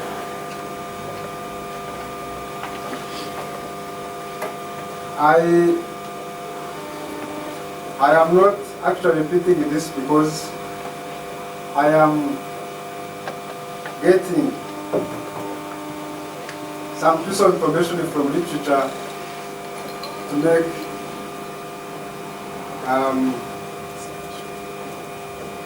an explanation regarding what is happening, especially among women, the difference between, for instance, intimacy among women and men. The information I'm using, I'm simply borrowing it from literature. How I computed the wealth index, I should have borrowed a leaf from UDHS. Indeed, I did, but maybe to say that some of the variables which are used in the computation of rate index in various DHs, I do not have all of them, but I used the ones I have. So I used the ones I had to construct mine. How did I weight my data? Of course, this one is a question of practicability, and I used some commands.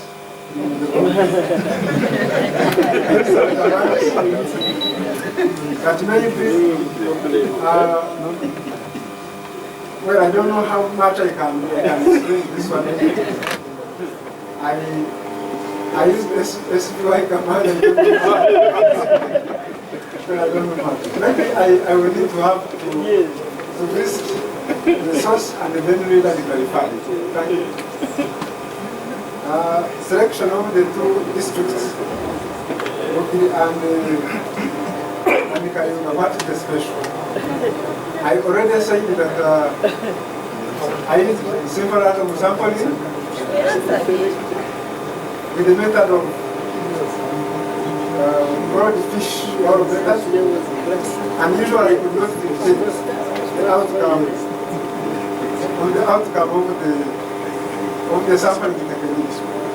So here with this one again, I don't have much to say. Why did I use fact analysis and not any other data reducing method? Because I found fact analysis very easy.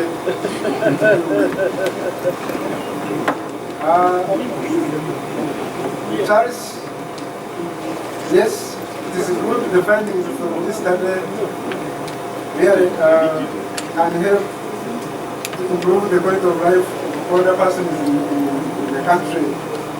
So the policy brief and others in English are going to be writing some of these briefs and presenting them where possible in some conferences. Ethics, a dilemma I could have encountered in the field. For instance, to do with emotion is, it is true that other persons, as I said, are not supported fully. The moment you go to the field and start interacting with them, they will be expecting a lot from you. But because that I'm a teacher, I know how to act. I know how to talk to them and seek consent from them. But however, after interviewing an individual, I used to have a token of appreciation so that this other person is happy. But otherwise, the emotions are there. Maybe add on this, make sure that ethics are not violated. My research assistants were well trained and equipped with skills on how to deal with other persons and how to, administer these study instruments.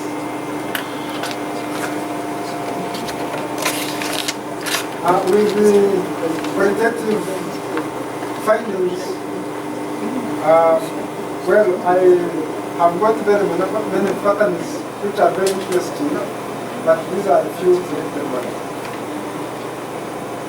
Only translation of instruments before languages, and then I'm presenting my findings in English. This one, how we translated our questionnaire, we made sure that where there was a question in English, there was another question in the local language of of that particular area where you listed. I thank you so much. Thank you. I think we are moving across. Maybe I will invite more for people to this side, to the other side. Is anybody? And if there are more people with comments, please, we can have more time to interact maybe after the session, and you give Fred comments to enrich his thesis. Any more comments, questions?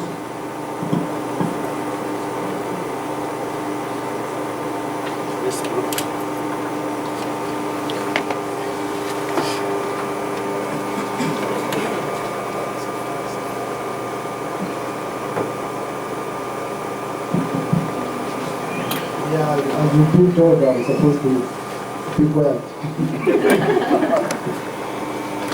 Really to keep me quiet on some of these issues.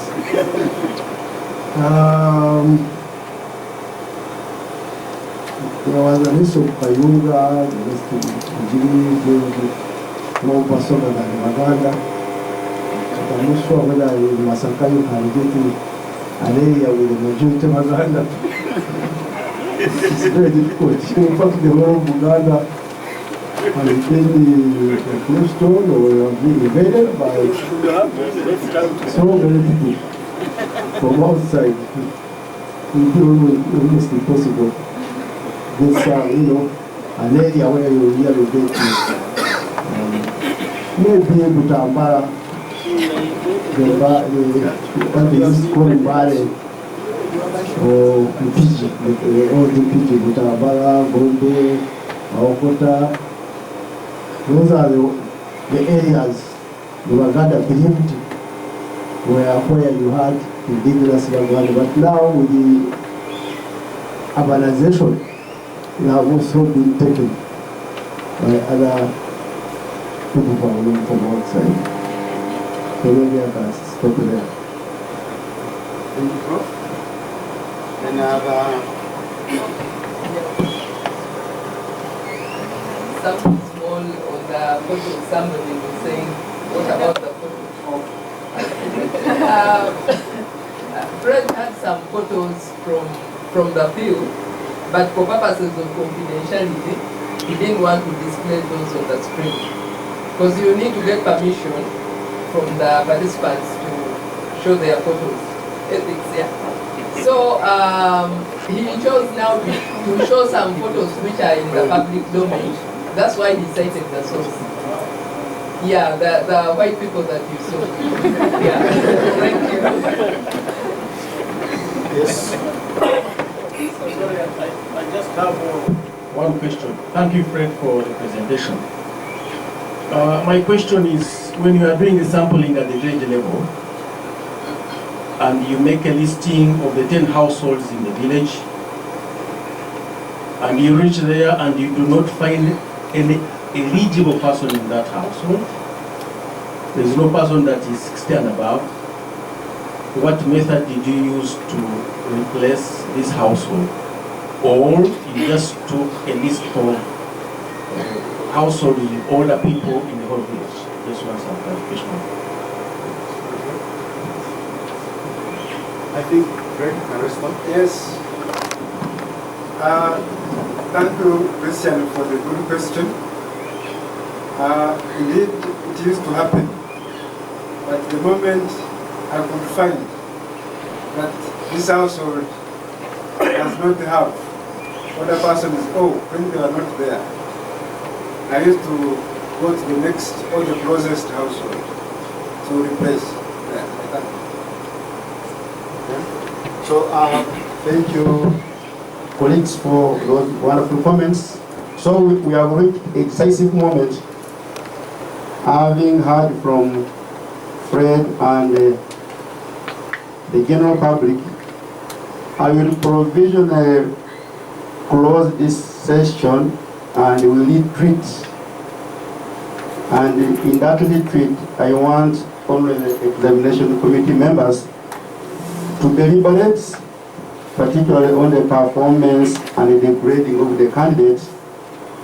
Then thereafter we shall come back and make the final pronouncements. But please kindly keep around. I don't know whether the secretariat is entertaining you with drinks and what. It will take us about 10 minutes. So kindly, committee members, let's retreat the next room. About 5 minutes also. Thank you. So, welcome back to the committee members, and thank you colleagues for being patient. First of all, I thank everybody for coming for this historical moment for Mr. Fred Maniragaba. I specifically thank the supervisors for the job well done and tirelessly guiding the candidate. I also thank the committee members and internal and external examiners for also the job well done. And more so the opponents who took a lot of time to digest the candidate's report. We also extend our thanks to the university at large and the principal's office for the support we have accorded the school and the candidate to reach this level. I normally regard this moment to be like judges passing a constitution, a decision whether we should go for re-election or not. It is a tough moment. It is a high-profile academic decision anybody can make. It can turn out negative, and when it is so, that is part of life. And the candidate is always encouraged to consult, to go and do the revisions and submit. So it is not a sin, it is also an option in the decisions, and if it is positive, then we have all the reasons to deliberate. I thank Mr. Fred Maniragaba for really enduring to go through this process, which you have a story to tell in your life. However, for the past 10 minutes, when the panel retreated, we have deliberated, scratched our heads, and voted. However, we have, by consensus, agreed to recommend Mr. Maniragaba Fred for the award of PhD.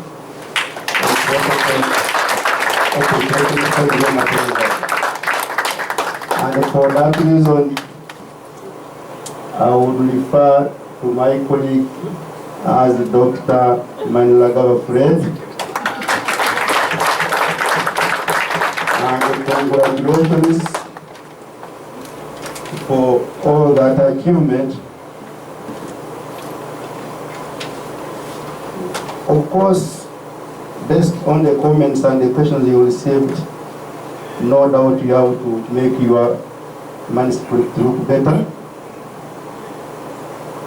The committee has given you 3 months to carry out the necessary corrections and revisions, and you will work with Professor Barel Bolans to effect those corrections. So we expect a final version of your thesis and the contrasting table and any other submissions to be done within 3 months effective today.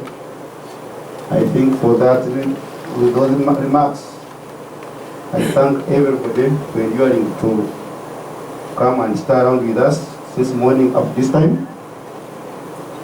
I will therefore hand over the microphone to my boss, the principal, to make some remarks. Maybe he has some check to give us. Since he's the chief accounting officer of the college. Thank you so much.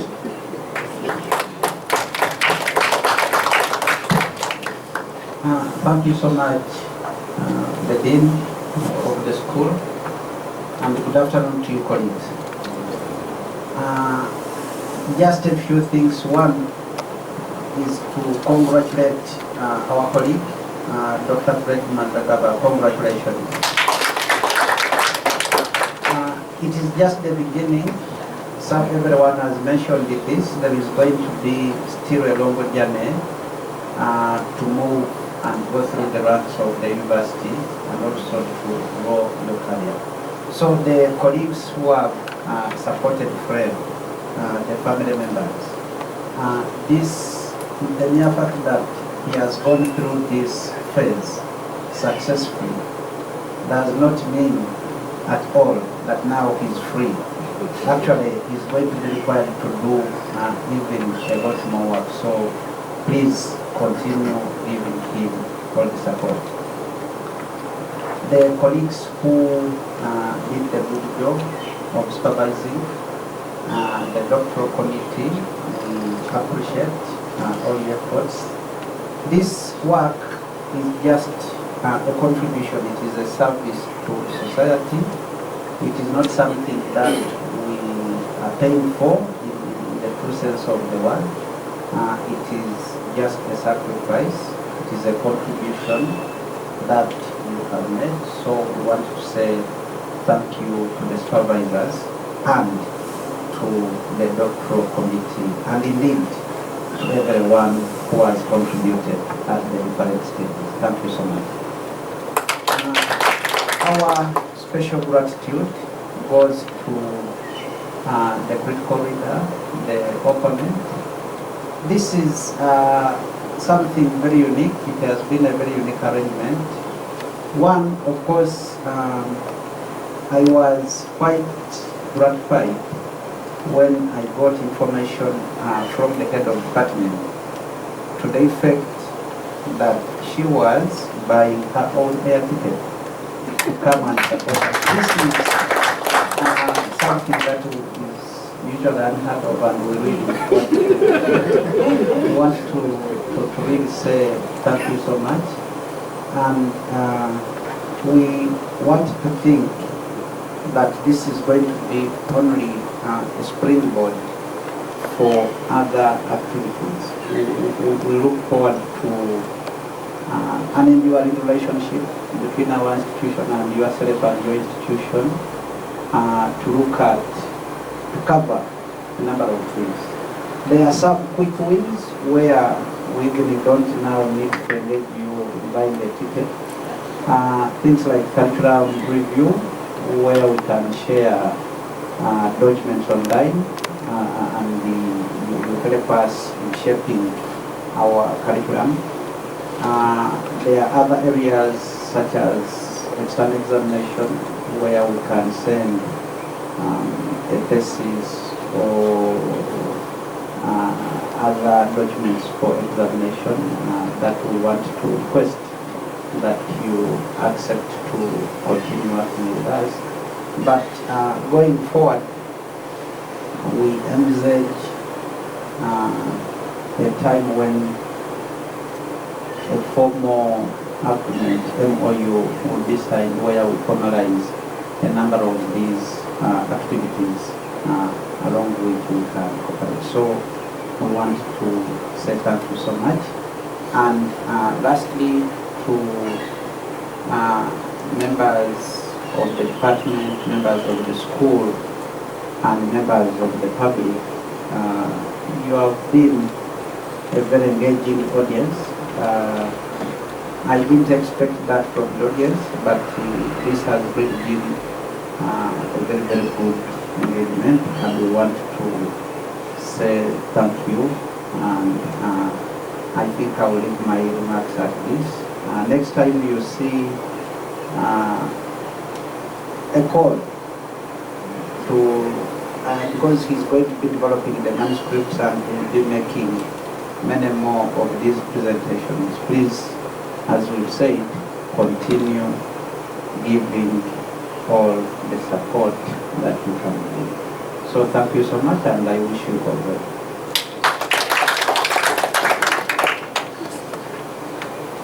Maybe we can come for a photo here. Committee members, supervisor. Fred, where is your tie?